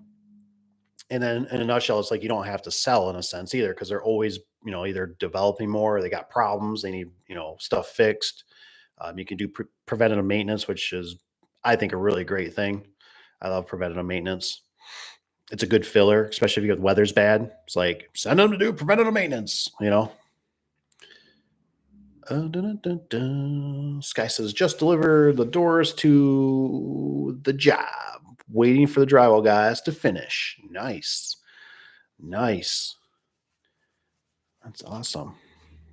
Those good old drywallers. Tell them, make sure they don't cover up your wall button. Don't cover up my wall button wire, darn it. Says the doors we just started providing just did post. Is this Post Melon's house? Nice. SOS says, yes, there's no profit margin in remotes. Thank you. Thank you. It makes me feel better. It makes me feel like I'm not so crazy. I just can't. It's like, I just can't ever, people says we include them in service call. He says 125 door service, safety inspection, and remote. Right here, man, right here. This is a golden nugget for anybody starting out right there. You know what I mean? That's the way to do it. And that's kind of what we shifted over to too, is why we found out, like, if we go there and we just tweak the photo eye and we're like, yeah, that's $65. People are like, what? I mean, you're only here for 3 minutes, but if you go through and, do a safety check, you go through and oil the door, and clean off some of the cobwebs. Sometimes you got one that's staring at you and checking out your hiney, take off the operator cover and blow it out, maybe throw a little grease if you still got an extra tube on the sprocket or something, clean off the limits if it's got the old mechanical limits, spray the chain down, spray the top of the gear down. Be careful though, tighten up those chains. Those chains can fool you sometimes. I've had it where I've tightened up the chain that throws it off because the sprocket was weak to begin with. So use caution when you tighten those chains on those garage door openers, those trolleys, especially those Chamberlain, some of those Liftmaster. The belts, they normally make noise if they're old, and you try to tighten them up at all, if they're sagging or something. So just be careful with those ones. Use a little common sense. And then you got to remember to carry some light bulbs. You know how I am with light bulbs. I just feel like you got to install light bulbs in them. Otherwise, it's just another service call. Install the light bulbs, eat the cost, put it in your price. You know what I mean? It's a few dollars. But the remotes, it's that's a great way to. I think SOS, he did it. He's got it right. We'll do a safety. Here's a remote. We'll program. We'll come out. That's. They feel like they're just getting a plethora of stuff. That's what's nice. You know what I mean? It's nice, Tanner. SOS says Green Packers. Post Melanie says, I'm not cool enough. Me neither. I don't get none of those high end guys. I guess the only one I can think of is I did work at Ted Nugent's at his gate one time. Super nice guy. Says my boss told him to Ruz Buffalo Bills logo for good luck. There you go. That's funny. It says super picky bastards. Yeah. That's what I mean. It's kind of, it's weird. I don't know what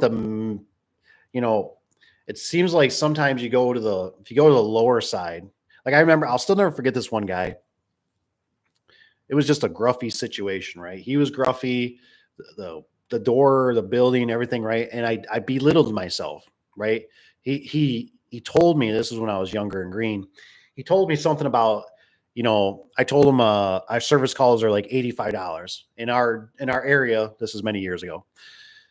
They were basically 65. And I told him, I said,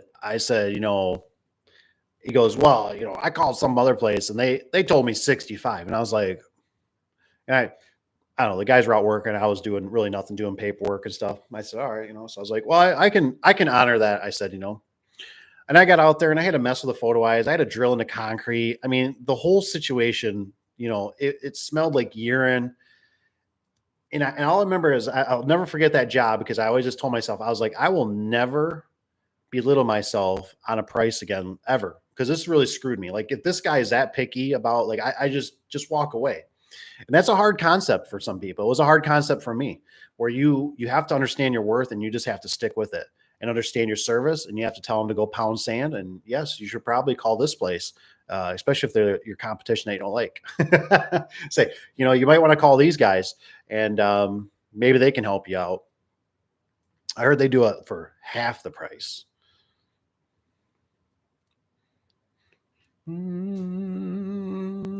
So I was literally just talking to a contractor buddy from church about remotes today and how we can mark them up. It's just better to sell them at cost or sell them something else. Yeah, the remotes. That's why I thought it was. You guys might have to fill me in that if anybody. So the Marantech, right? The Marantechs had it where they have a little chip thing that goes between them, and they'll learn the other remote. And honestly, I thought that's what's going to kick me off. Like I was like, I'm sold on these Marantech just because of the remotes. The fact that I could take them and communicate with each other, and I could program them because I thought, man, this is going to be great. If somebody has a remote, I'm like, hey, you got more time than money. So why don't you just drive over to the shop, bring me your remote. I will stick it with this one. I will learn it. I'll hand it back. I'll get the 30, 40, $50 or whatever the remote cost. And away you go. This is ingenious. Well, they just didn't quite work out. I don't have nothing against them. I just, it's a different animal. I think I think the employees would just quit and they were just, they just didn't work. So I mean, they worked, but they just didn't really work for us. You know what I mean? I don't know. You let me know if you guys ever deal with Marantech. Let me know if you like them or not. But I love that remote idea. I thought, why doesn't this other stuff have the technology that we're sitting there, and something that you can trust? Isn't that the biggest thing? Like, there's nothing worse than like doing something and then you're like, did it work? Did it not work? Like I'm always a big like you program something. I just don't like hand it to the customer. I like to play with it for like 3 times, 3 open and close or whatever. And then what I do, pro tip, if you guys got any, throw them in here.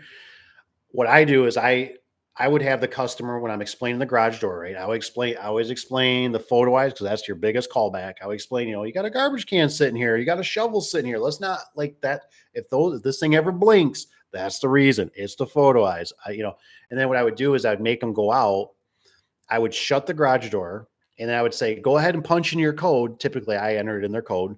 I said, punch in your code and then, hit enter if it was a Liftmaster, hit the arrows up and down if it's a Genie. And I'd make them do that. So they're psychologically doing it. You know what I'm saying? So that way, when hubby comes home or wifey comes home and they're like, did you pay this guy? Well, yeah, well, the stinking outside garage door keypad don't work. And then they're like, it does. You just don't know how to do it. Let me show you. Cause it worked when he was here with me, we went through it. So am I the only one that ever feels like this? It's sometimes this is all very psychological. So you have to play these little games. Like, it works. You programmed it. You already tested it, but you have to make sure the customer understands it. Cause otherwise it'll be a callback. Cause I used to do that, right? You leave, they call you back. They're like, the outside keypad's not working. And then you're like, are you punching in the right code? And or it'd be like one number off or they forgot or just whatever. So that way you confirm that the code is right.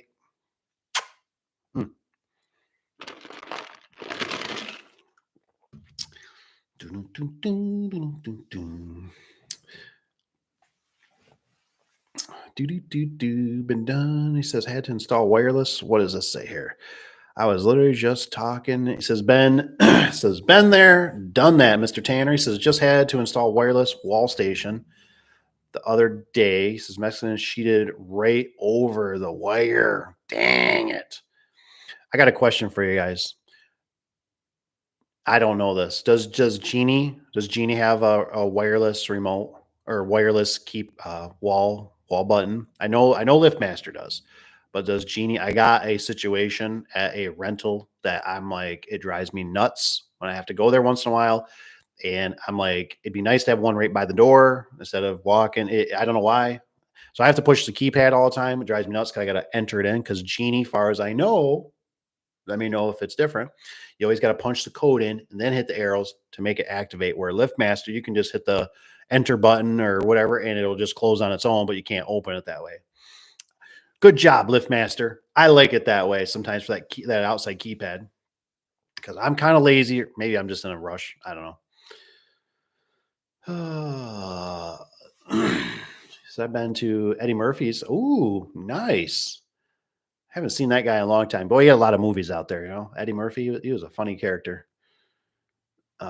He says there's a show topic for garage door guys. Celebrity garage doors we fixed. Nice. That's right. That's what we should do. We should start a TV show. Let's do it. Let's do it.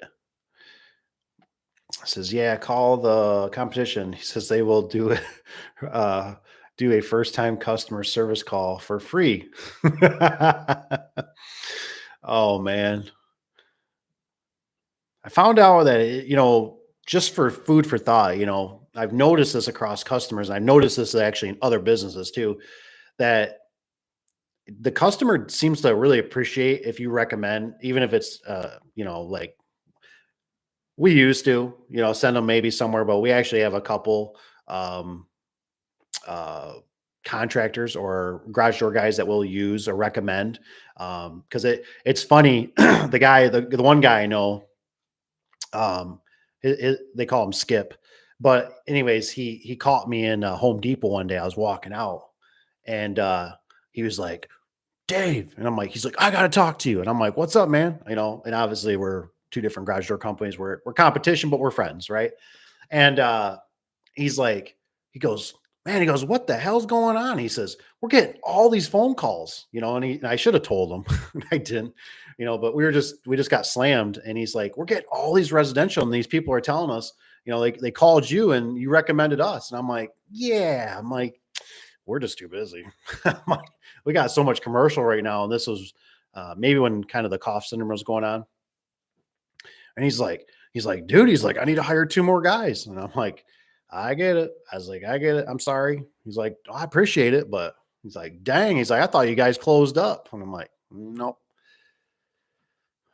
Dun, dun, dun, dun, dun, dun, dun, dun. Eddie, let's see. There's a call the customer. Says, I put doors in for the coach of the Dallas Cowboys. Oh, man. Dallas Cowboys. I remember the cheerleaders. Oh, And Lake House, he says there was 7 doors. Holy moly. He says drywallers are Mexicans. Gotta go, guys. Great show, Dave. Glad you're here, SOS. Hope you have a good rest of the evening and good weekend. Sorry, aliens made what does it say? Aliens, my bad, Sky. I don't know. I should ask you guys this. Have you guys noticed maybe in your area? Have you seen an influx of maybe immigrants? I can't really say, right? I you know how it is. You don't know, but I could tell. I had to go to Menards, which if you don't have Menards, it's basically like a Lowe's or Home Depot. But I had to go to Menards the other day, and I was like, I just never seen so many people walking around that were like they looked like they kind of had like a leader, but they were followers, like just kind of employees I'm not sorry, not employees, like workers, like they're just there getting supplies. And I thought, oh my gosh, like, is this the influx of, immigrants? Like I just went, cause I just never seen so many in this particular store before. I mean, it went from maybe like a 1% to a 10 or 15%. You know what I mean? Where I was just like, what in the heck, man? And I was just like, you know how it is. I don't know what they speak or anything, or I'm not walking up to them. It's just you see them walking by and you're like, hmm, that's weird. And then I heard like a local church, supposedly in our area, is going to house like 200 of them. Supposedly, I haven't seen it yet. I haven't seen the cars there yet or anything. But it just, you guys are my boots on the ground. So I like to hear what you guys kind of like. I'm going to sleep a little better now because Mr. SOS told me, he says, can't make no profit on those thinking remotes. That's how I feel. I've struggled with them for years. When I kind of started the business at one point, I was like, we're going to like, people can come in and they can buy remotes and they can buy all this stuff. Not really. You're typically always going there. I mean, it's nice to have a location for your trucks and all that stuff and semis, and somebody needs to drop a check off or something, blah, blah, blah, but we always got such riffraff that would come in, like, do you got like a used garage door roller? And you're like, a used one? Yeah, one that looks like this, but like it's all there, but just a used one, and it's like, I mean, some of the stuff, it was just like, you'd be like, yeah, let's go out to the scrap hopper, the dumpster, and go dumpster diving. Yeah, there's one right here. Take as many as you want. Like, you get one couple a year, come in, look at the, we used to have, whatever you call it, display and all that. Drive others, gotta go to see. So sorry, legal aliens. He says 7 doors is a good job. Heck yeah. It's nice to have them all next to each other.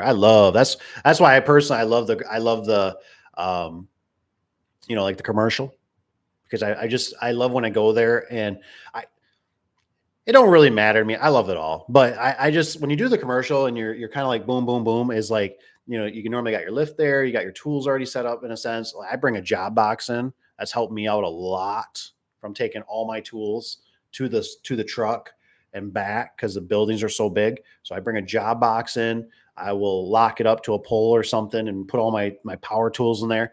And then what I love is that you always got options, right? So you open up a box, they forgot the drums. Well, let's go steal one from another one. We'll call the vendor, we'll order them. And you kind of already know what your setup is for tomorrow. Maybe we need to bring a little more angle iron, blah, blah, blah.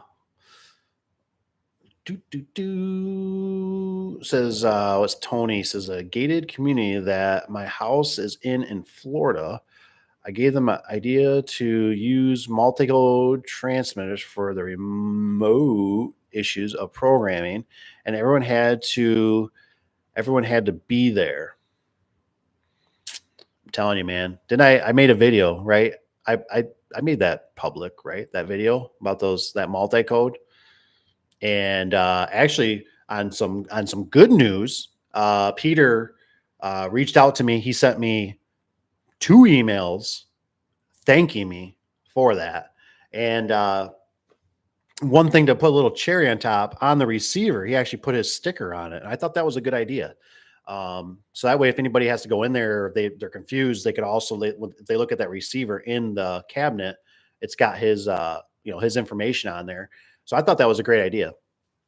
But Tony's exactly right. Like I said, the multi-code on the gates, I mean, is a must. I pretty much don't even, like, if they got remotes, I don't even, it's like, you're getting multi-code until I get somebody that's just like, we can't have this. We keep having break-ins. We're having problems with the thieves, and they're getting the codes or this or this and this. Like, I don't come across that. What I come across is customers that don't know how these things operate. And so what they'll do is like I said, when I dealt with that community and I had that circuit board that went bad, and I remember it was like one of those things, right? Like you're there and you like look up to the sky and you're like, God, please.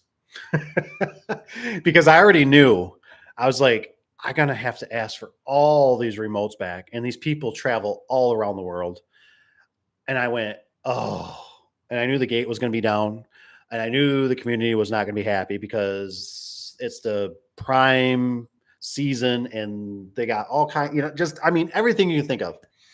And finally, 2 weeks later, whatever, we think we got all the remotes, and I got like 2 Ziploc bags full of like keychain remotes. I got like a TV remote in this one. I got, these are linear gate operators, right? I got stuff for like residential garage door openers. I mean, and I'm just like, are you freaking kidding me?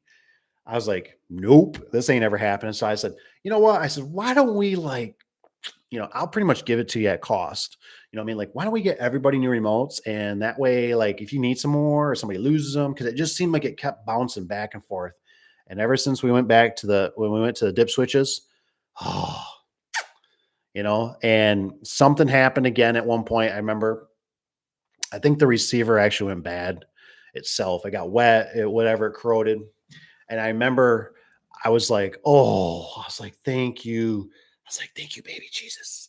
And I ended up, I took the older, receiver out. I programmed the new one. I put it back in. I tested it, and I never got no phone calls. It was back and running. And I was just like, this is the way to do it.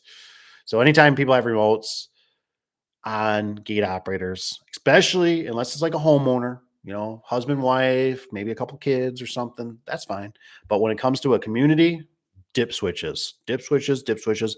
It's not even probably that you have to go with multi-code. Those are just been what's been tried and true for me, and they seem to work, but you got to have dip switches. Thanks for bringing that up, Tony. Tony says, not a fan of the Marantech. Did you ever, like, how many did you ever install? Did you ever install their more premium model? I think the more premium model is nicer. The one I got was their cheaper model. It was free. Can't complain. They gave it to me for free. It was very generous. Because I can't say Liftmasters ever gave me anything free, or Genie. And they gave one. I tried it out. I mean, I put it through kind of a torture test, a lot of power outages. Unplugged it for months, plugged it back in, kept the limits, baby. I mean, so I was happy about that. The light really stunk on it. The guy told me, the sales guy, that the light on it was pretty weak, but it was their cheaper model. But I was pretty impressed that it kept its limits. That was impressive because I don't know if Liftmaster, you unplug it for a month, you plug it in, you power it out, you're flipping breakers on and off, you're shorting it out, you're trying to make it fail. Like, I don't know if it would keep up. Tanner says, if they don't, I have had a rig remote. I take the back off, screws it to, what's it say? The wall. Good idea, Tanner. Great idea. Duh. Why not? That works. So it was take the screw off, put it in the back, says put it back together. It says boom, wireless station. And it can run up to 3 doors on the 893 Max remote. Nice. That's a good idea. Yeah, see, there's a will, there's a way. That's right. Mr. Estos had to go. Like I said, I probably, what is it? Maybe about 9:15 or something, unless you guys got questions or whatever. As I'll hop off too. I'm sure I can probably go pick my nose somewhere. Who we got here? Is it Gallo? It says, yes, overhead door does have a wireless wall console. Okay. So if it's, but is it overhead door? I know overhead door kind of like bought Genie and all this kind of stuff, but is it actually like a Genie? Like a Genie? Like I'm talking like, I don't have the brochure, but just a regular Genie residential garage door opener. I just need something for a wall button. A wireless one. That's what I'm getting at. I'm surprised, Tanner, like I feel like you fire off quite a few of those wireless ones. I'd be nervous. I'd be nervous because, man, I tell you, those things, it just seems like it could be a callback, if the battery dies. You got smarter, you might have smarter customers than me. But like, how it is. Because I'm assuming obviously that you just replace the battery and it's good to go. But if anybody ever used to deal with the old multi-code outside keypads, ugh, Anybody ever deal with the outside multi-code, outside keypads? They were a nightmare. They're hard to program. Sometimes it was like 50-50 sometimes, right? You unplug it, put a new battery in it, it'd fire right up. Other times you put a battery in it, it lost the memory. And you have to go through all the settings to get it to relearn. Oh, it was a nightmare. Those multi-codes on those keypads. That's the one pitfall with the multi-code, because I don't think you have another option. If you use a multi-code receiver, I can't think of it right off the top of my head, that if you have another option for a different keypad, like I think about the universal remote that Liftmaster has.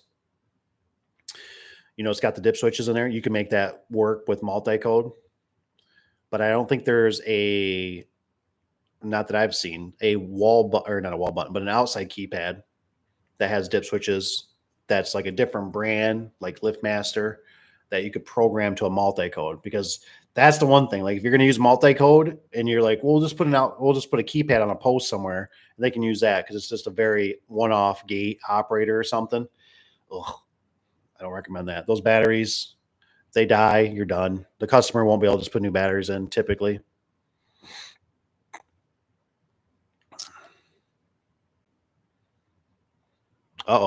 What's it says Liftmaster is fixing things that aren't broken. I kind of feel like that. I definitely feel like that. They like I said, my boot in the hiney was when they they got rid of the ATS. They sunset it, and they were like, oh, now we're coming out with the ATSW. And I'm like, I don't need the ATSW. I was like, I don't need it to be like, I need that ATS. I was literally taking ATSs and I was putting 7-foot rails on them. I was using them for my Amish guys because they put up a building so fast, and the power company won't get there for 6 to 8 months because they're just so far behind. And you know how it is. They want the doors on because somebody else wants to do something else. Another contractor. They're going to put plumbing in there. Blah blah blah. They're going to start framing stuff out. They don't want the boogeyman to come take stuff. Well, I don't want to come back again. So I would put up the garage doors. I'd put on those ATSs, those Liftmasters with the mechanical limits. I would use a generator. I'd run that puppy with just no hesitation in my mind. I didn't even care if it was a dirty generator. I mean, I didn't care if that thing was sitting there misfiring the carburetor. It's pop, pop, pop, pop, pop. As long as that opener, boom, hit its limits, boom, came back, hit its limits. I'd run it a few times. You unplug that thing. I don't care if you come back in 6 months, 2 years, 10 years, 100 years. It knows the limits, and it's going to just work. Plug it in and go. A lot of this digital stuff, I don't feel so comfortable. You know what I mean? And I guess it's one of those things, like, I don't know what I could do different. You know what I mean? But for me, time is money.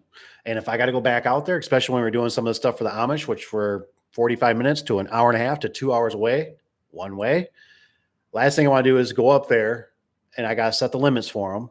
When I was already there, the concrete's there, the door's there, everything's there. All I want to do is be able to tell the contractor, whoever calls me on the phone, or they just know, or they just do it on their own, because they do that a lot too. And that's where if you have openers that don't hold their limits, or the limits aren't even set yet, I've had contractors do that, and they screw the door up.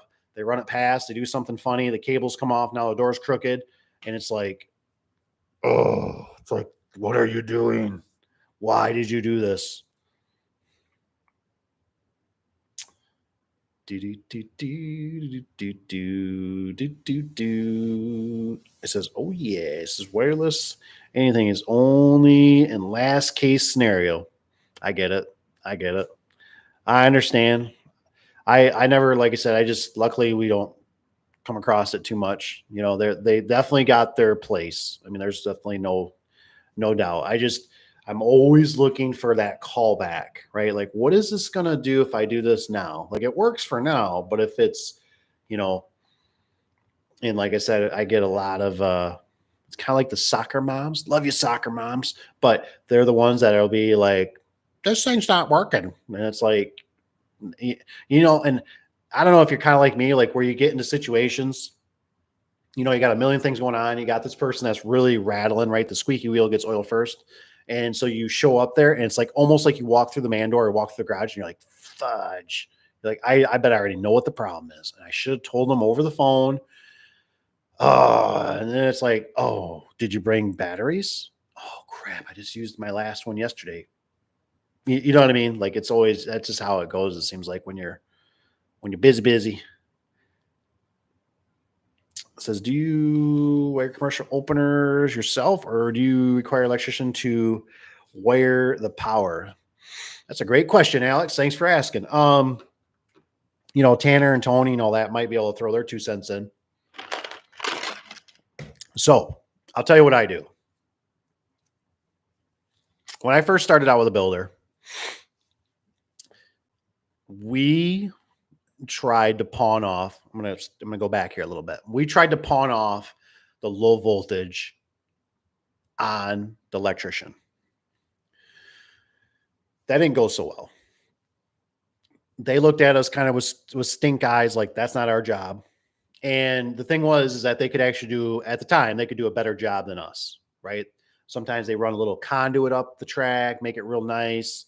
They know how to bend the conduit. They know how to make the wall button look sweet. We'd be like, oh, we'll leave the wall button for you. You can mount it, blah, blah, blah, blah, blah, blah, right? And it definitely was easier for us. We're just like, eh. But it was easy, but it also wasn't easy because you might go there, right? And you might have this planned, and then you realize, it's like contractor over contractor. You can't, now the day's messed up. You had this scheduled out for 3 days. Now you're waiting on an electrician or whatever, right? So, anyways, we do the low voltage. It just works out better. So we do the low voltage. So that's included into our price. And that we use the better wire and all that kind of stuff. Do all the photo eyes. It seems like everybody's happy that way. So we do low voltage. Now, on the high voltage, what I have found that works best, we typically put a whip on it because commercial ones don't come with a cord, which I think is goofy. I think they should just provide it and we can whip the cords off, and people don't want them. But what I do is we actually cut the cords off old residential garage door openers, and we save the whip. What you plug into an outlet, the other side's just bare wire basically. And we'll splice that, we'll put it in the opener, and I leave a whip. And here's the thing. The whip has seemed like it works the best because the electrician typically have to do it two ways. They either have to hardwire it in, they have to put a switch, which I don't think they really like doing because it costs more money, and it's a switch.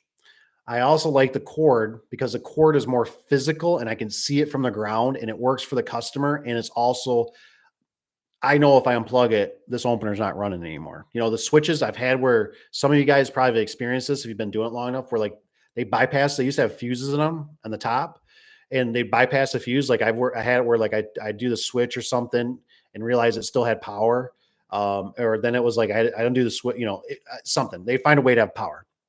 I like the physical, obviously this is not, I don't think I can do it. Let's see, but this is a USB or whatever, right? I like this physical in my hand. Like if you pretend this is a power cord, I like holding it and going, it's unplugged.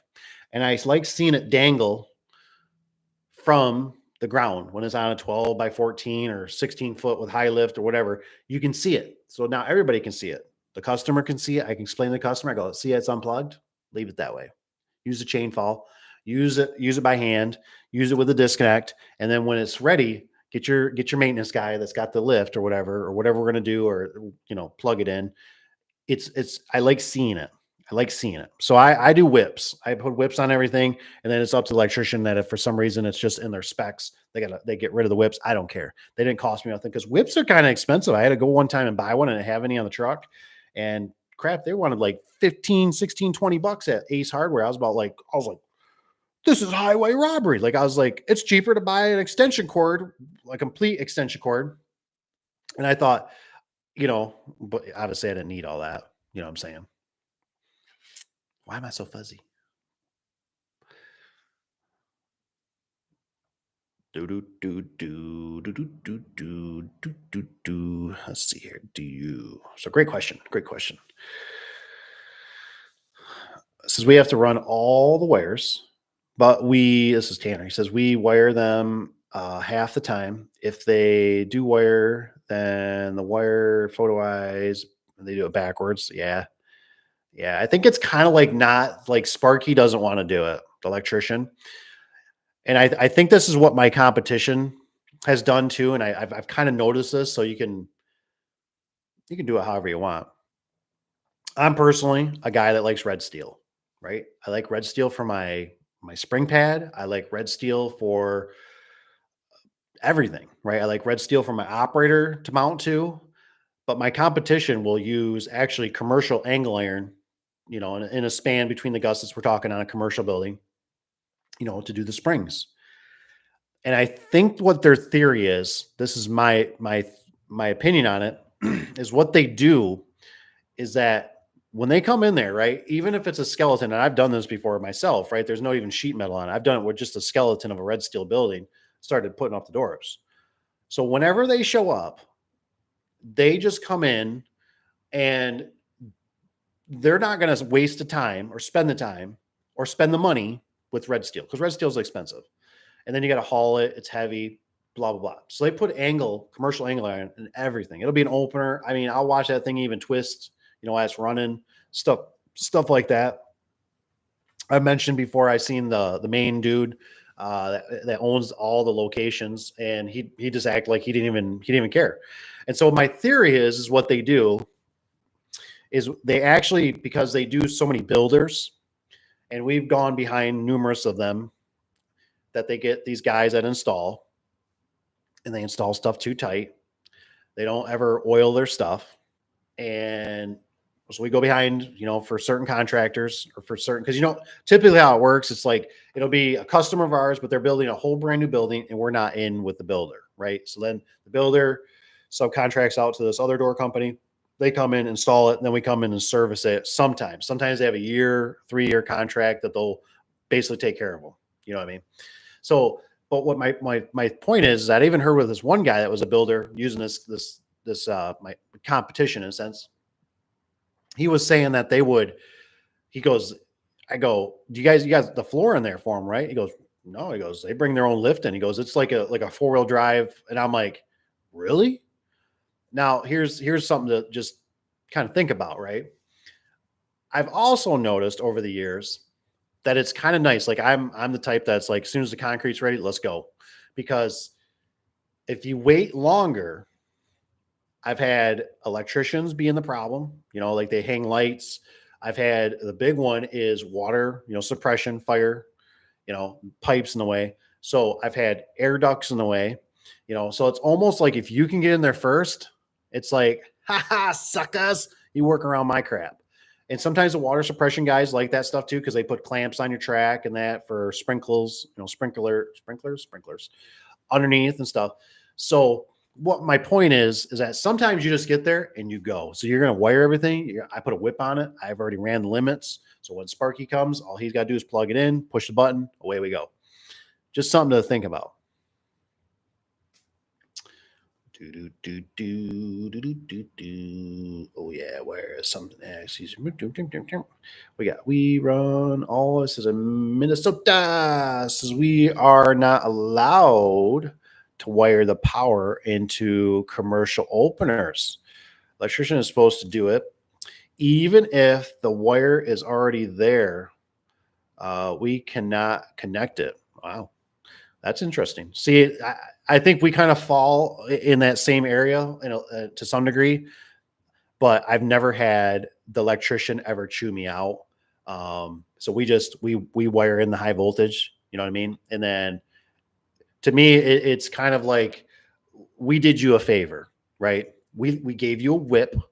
You can use the whip or take the whip out. You know what I mean? Like, and we always use the clamp, Romax clamp, whatever, to keep it so it doesn't tug out. And most of the time I come back and they just use the whips. So I guess unless there was a certain contractor or whatever that was chewing me out, because thing is we put the whips on and you know what I'm saying? Like, it's kind of like, I mean, I guess you could pull it off. You could put the whip on, pull it off, and go to a next one. Because see, like for us, we're going to set everything. We're going to set all the limits. We're going to do all the programming. Because always my biggest fear is that somebody's going to plug it in and go, it's probably good, right? It's probably good, And they're going to plug it in. They're going to run it. It's going to run the limits way off. The door is going to go crooked. It's going to do something crazy. I had a Genie commercial jack shaft that did that one time at this one particular job I can remember. and they had dirty power. So they had two extension cords. And I remember the opener would not, it would detect, it would say there's a brownout or low voltage. It wouldn't run off a certain cord that they ran through the whole ceiling, like they were just through the rafters. It was a long run. The other cord would do it. Well, something happened. I don't know if it was that dirty power, the brownout, whatever. Somehow he threw the cables off. Couldn't believe it. And this dude, he's the foreman on the job. I've worked with him numerous of times. He's a very smart guy. And he calls me up and it's like, hey man, it's like, you ain't gonna believe what happened. And I'm like, what? And he goes, the door's crooked. He's like, I don't know how, but he's like, the cable came off. And I'm just like, I get there, things are just not acting right. And I'm just like, oh, I'm like, and I get it. This door through the chain fall is super slow through the Genie. I mean, you pull it and pull it and pull it, and it moves just a half an inch, half an inch, half an inch. And so I think we finally got it where I just said, look, keep that power on it. I said, if you're going to, because it was their only in and out door. The rest of the doors didn't have approaches. The building wasn't backfilled in yet. So you can run into some problems. But like I said, until somebody is like directly coming to me and be like, you can't do that. I'd be like, whatever, dude. I'm doing you a favor. But I get it. If you can't do it, you can't do it. We all run. So we have all run all the wires. Yeah, it must be a blue state protocol. I love it. I love it. It says, yeah, sometimes they don't have a switch and finding the break. Alex has got a great point. That's the thing too. That's right. Alex, I'm so glad you brought that up. You're right. I've seen it. I think they're supposed to have a disconnect, but sometimes they cheap out, right? Or sometimes they just don't do it, or somebody didn't catch it. That's the other reason why I put the old cord on there. And it's like you know how it is as a contractor. People are lazy. You know what I mean? I'm lazy when it comes to a contractor sometimes. I'm gonna take the easy way if I can. And so if it's already there, they're like, screw it. We're putting outlets up here. And I kind of like having an outlet. I don't know why. I'm kind of self-conscious about outlets. I think maybe it's just from the old school me where when we had to use drills and we had to drill through heavy steel and you needed power. So I like having an outlet there for that 110, to just whatever, man. You're up in a lift, the lift's malfunctioning. You need a battery. Your batteries are pretty much dead. You need to charge your battery. You have options. You know what I mean? There's that outlet just looking at you. Kind of like the same thing with gate operators. I love when there's an outlet in there. I've just had it before where you need it for a drill, you need to run it for a mixer doing concrete, something after the fact, or somebody hits poles or just anything. It's just, you know, I mean, y'all like an outlet by your bed, right? To charge your cell phones. There's just something about an outlet makes you feel warm and fuzzy. Where a switch, sometimes I don't know about those switches. I'm always like, is it off? Is it really off? Are you off? It says off and it's down, but some people like to flip the switch. So I have to read it. And then I'm like, I better still check it. But like I said, when I got that cord, I'm like, how else would it get power? It can't get power because I've had just some tricky stuff where people switches have gone bad. They've wired behind or something. And it's like, you do something and it's, like, what the, how does that even, and it's like, God darn it, you get the voltmeter out. You're like, there's still power in here. Like some people probably don't even know, like, I didn't know this. Like they make loop detectors for like gate operators, and sometimes they do it for the commercial, right? To detect vehicles. I didn't know they had 110 loop detectors. And I unplugged this thing one time. It's arcing, man, hardcore. And I'm thinking, I've never seen low voltage arc this bad. And I'm just sitting there kind of playing with it. And luckily, the guy that was working with me had some more years of experience. And he goes, back in the day, he goes, loop detector were 110. I'm like, what? He's like, yeah. I said, holy crap. I said, I hear I'm just whipping this thing around. I said, I'm playing 110, going to get poked. Obviously, it won't probably kill me, but I was on water too. It could have killed me, guys.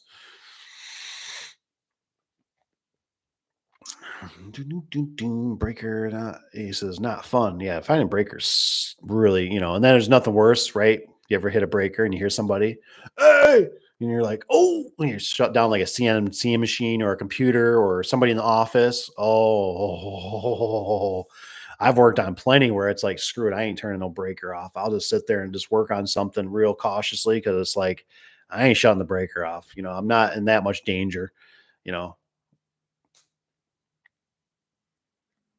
It says usually have to make a short to see what turns off. Yeah. Oh, that's funny.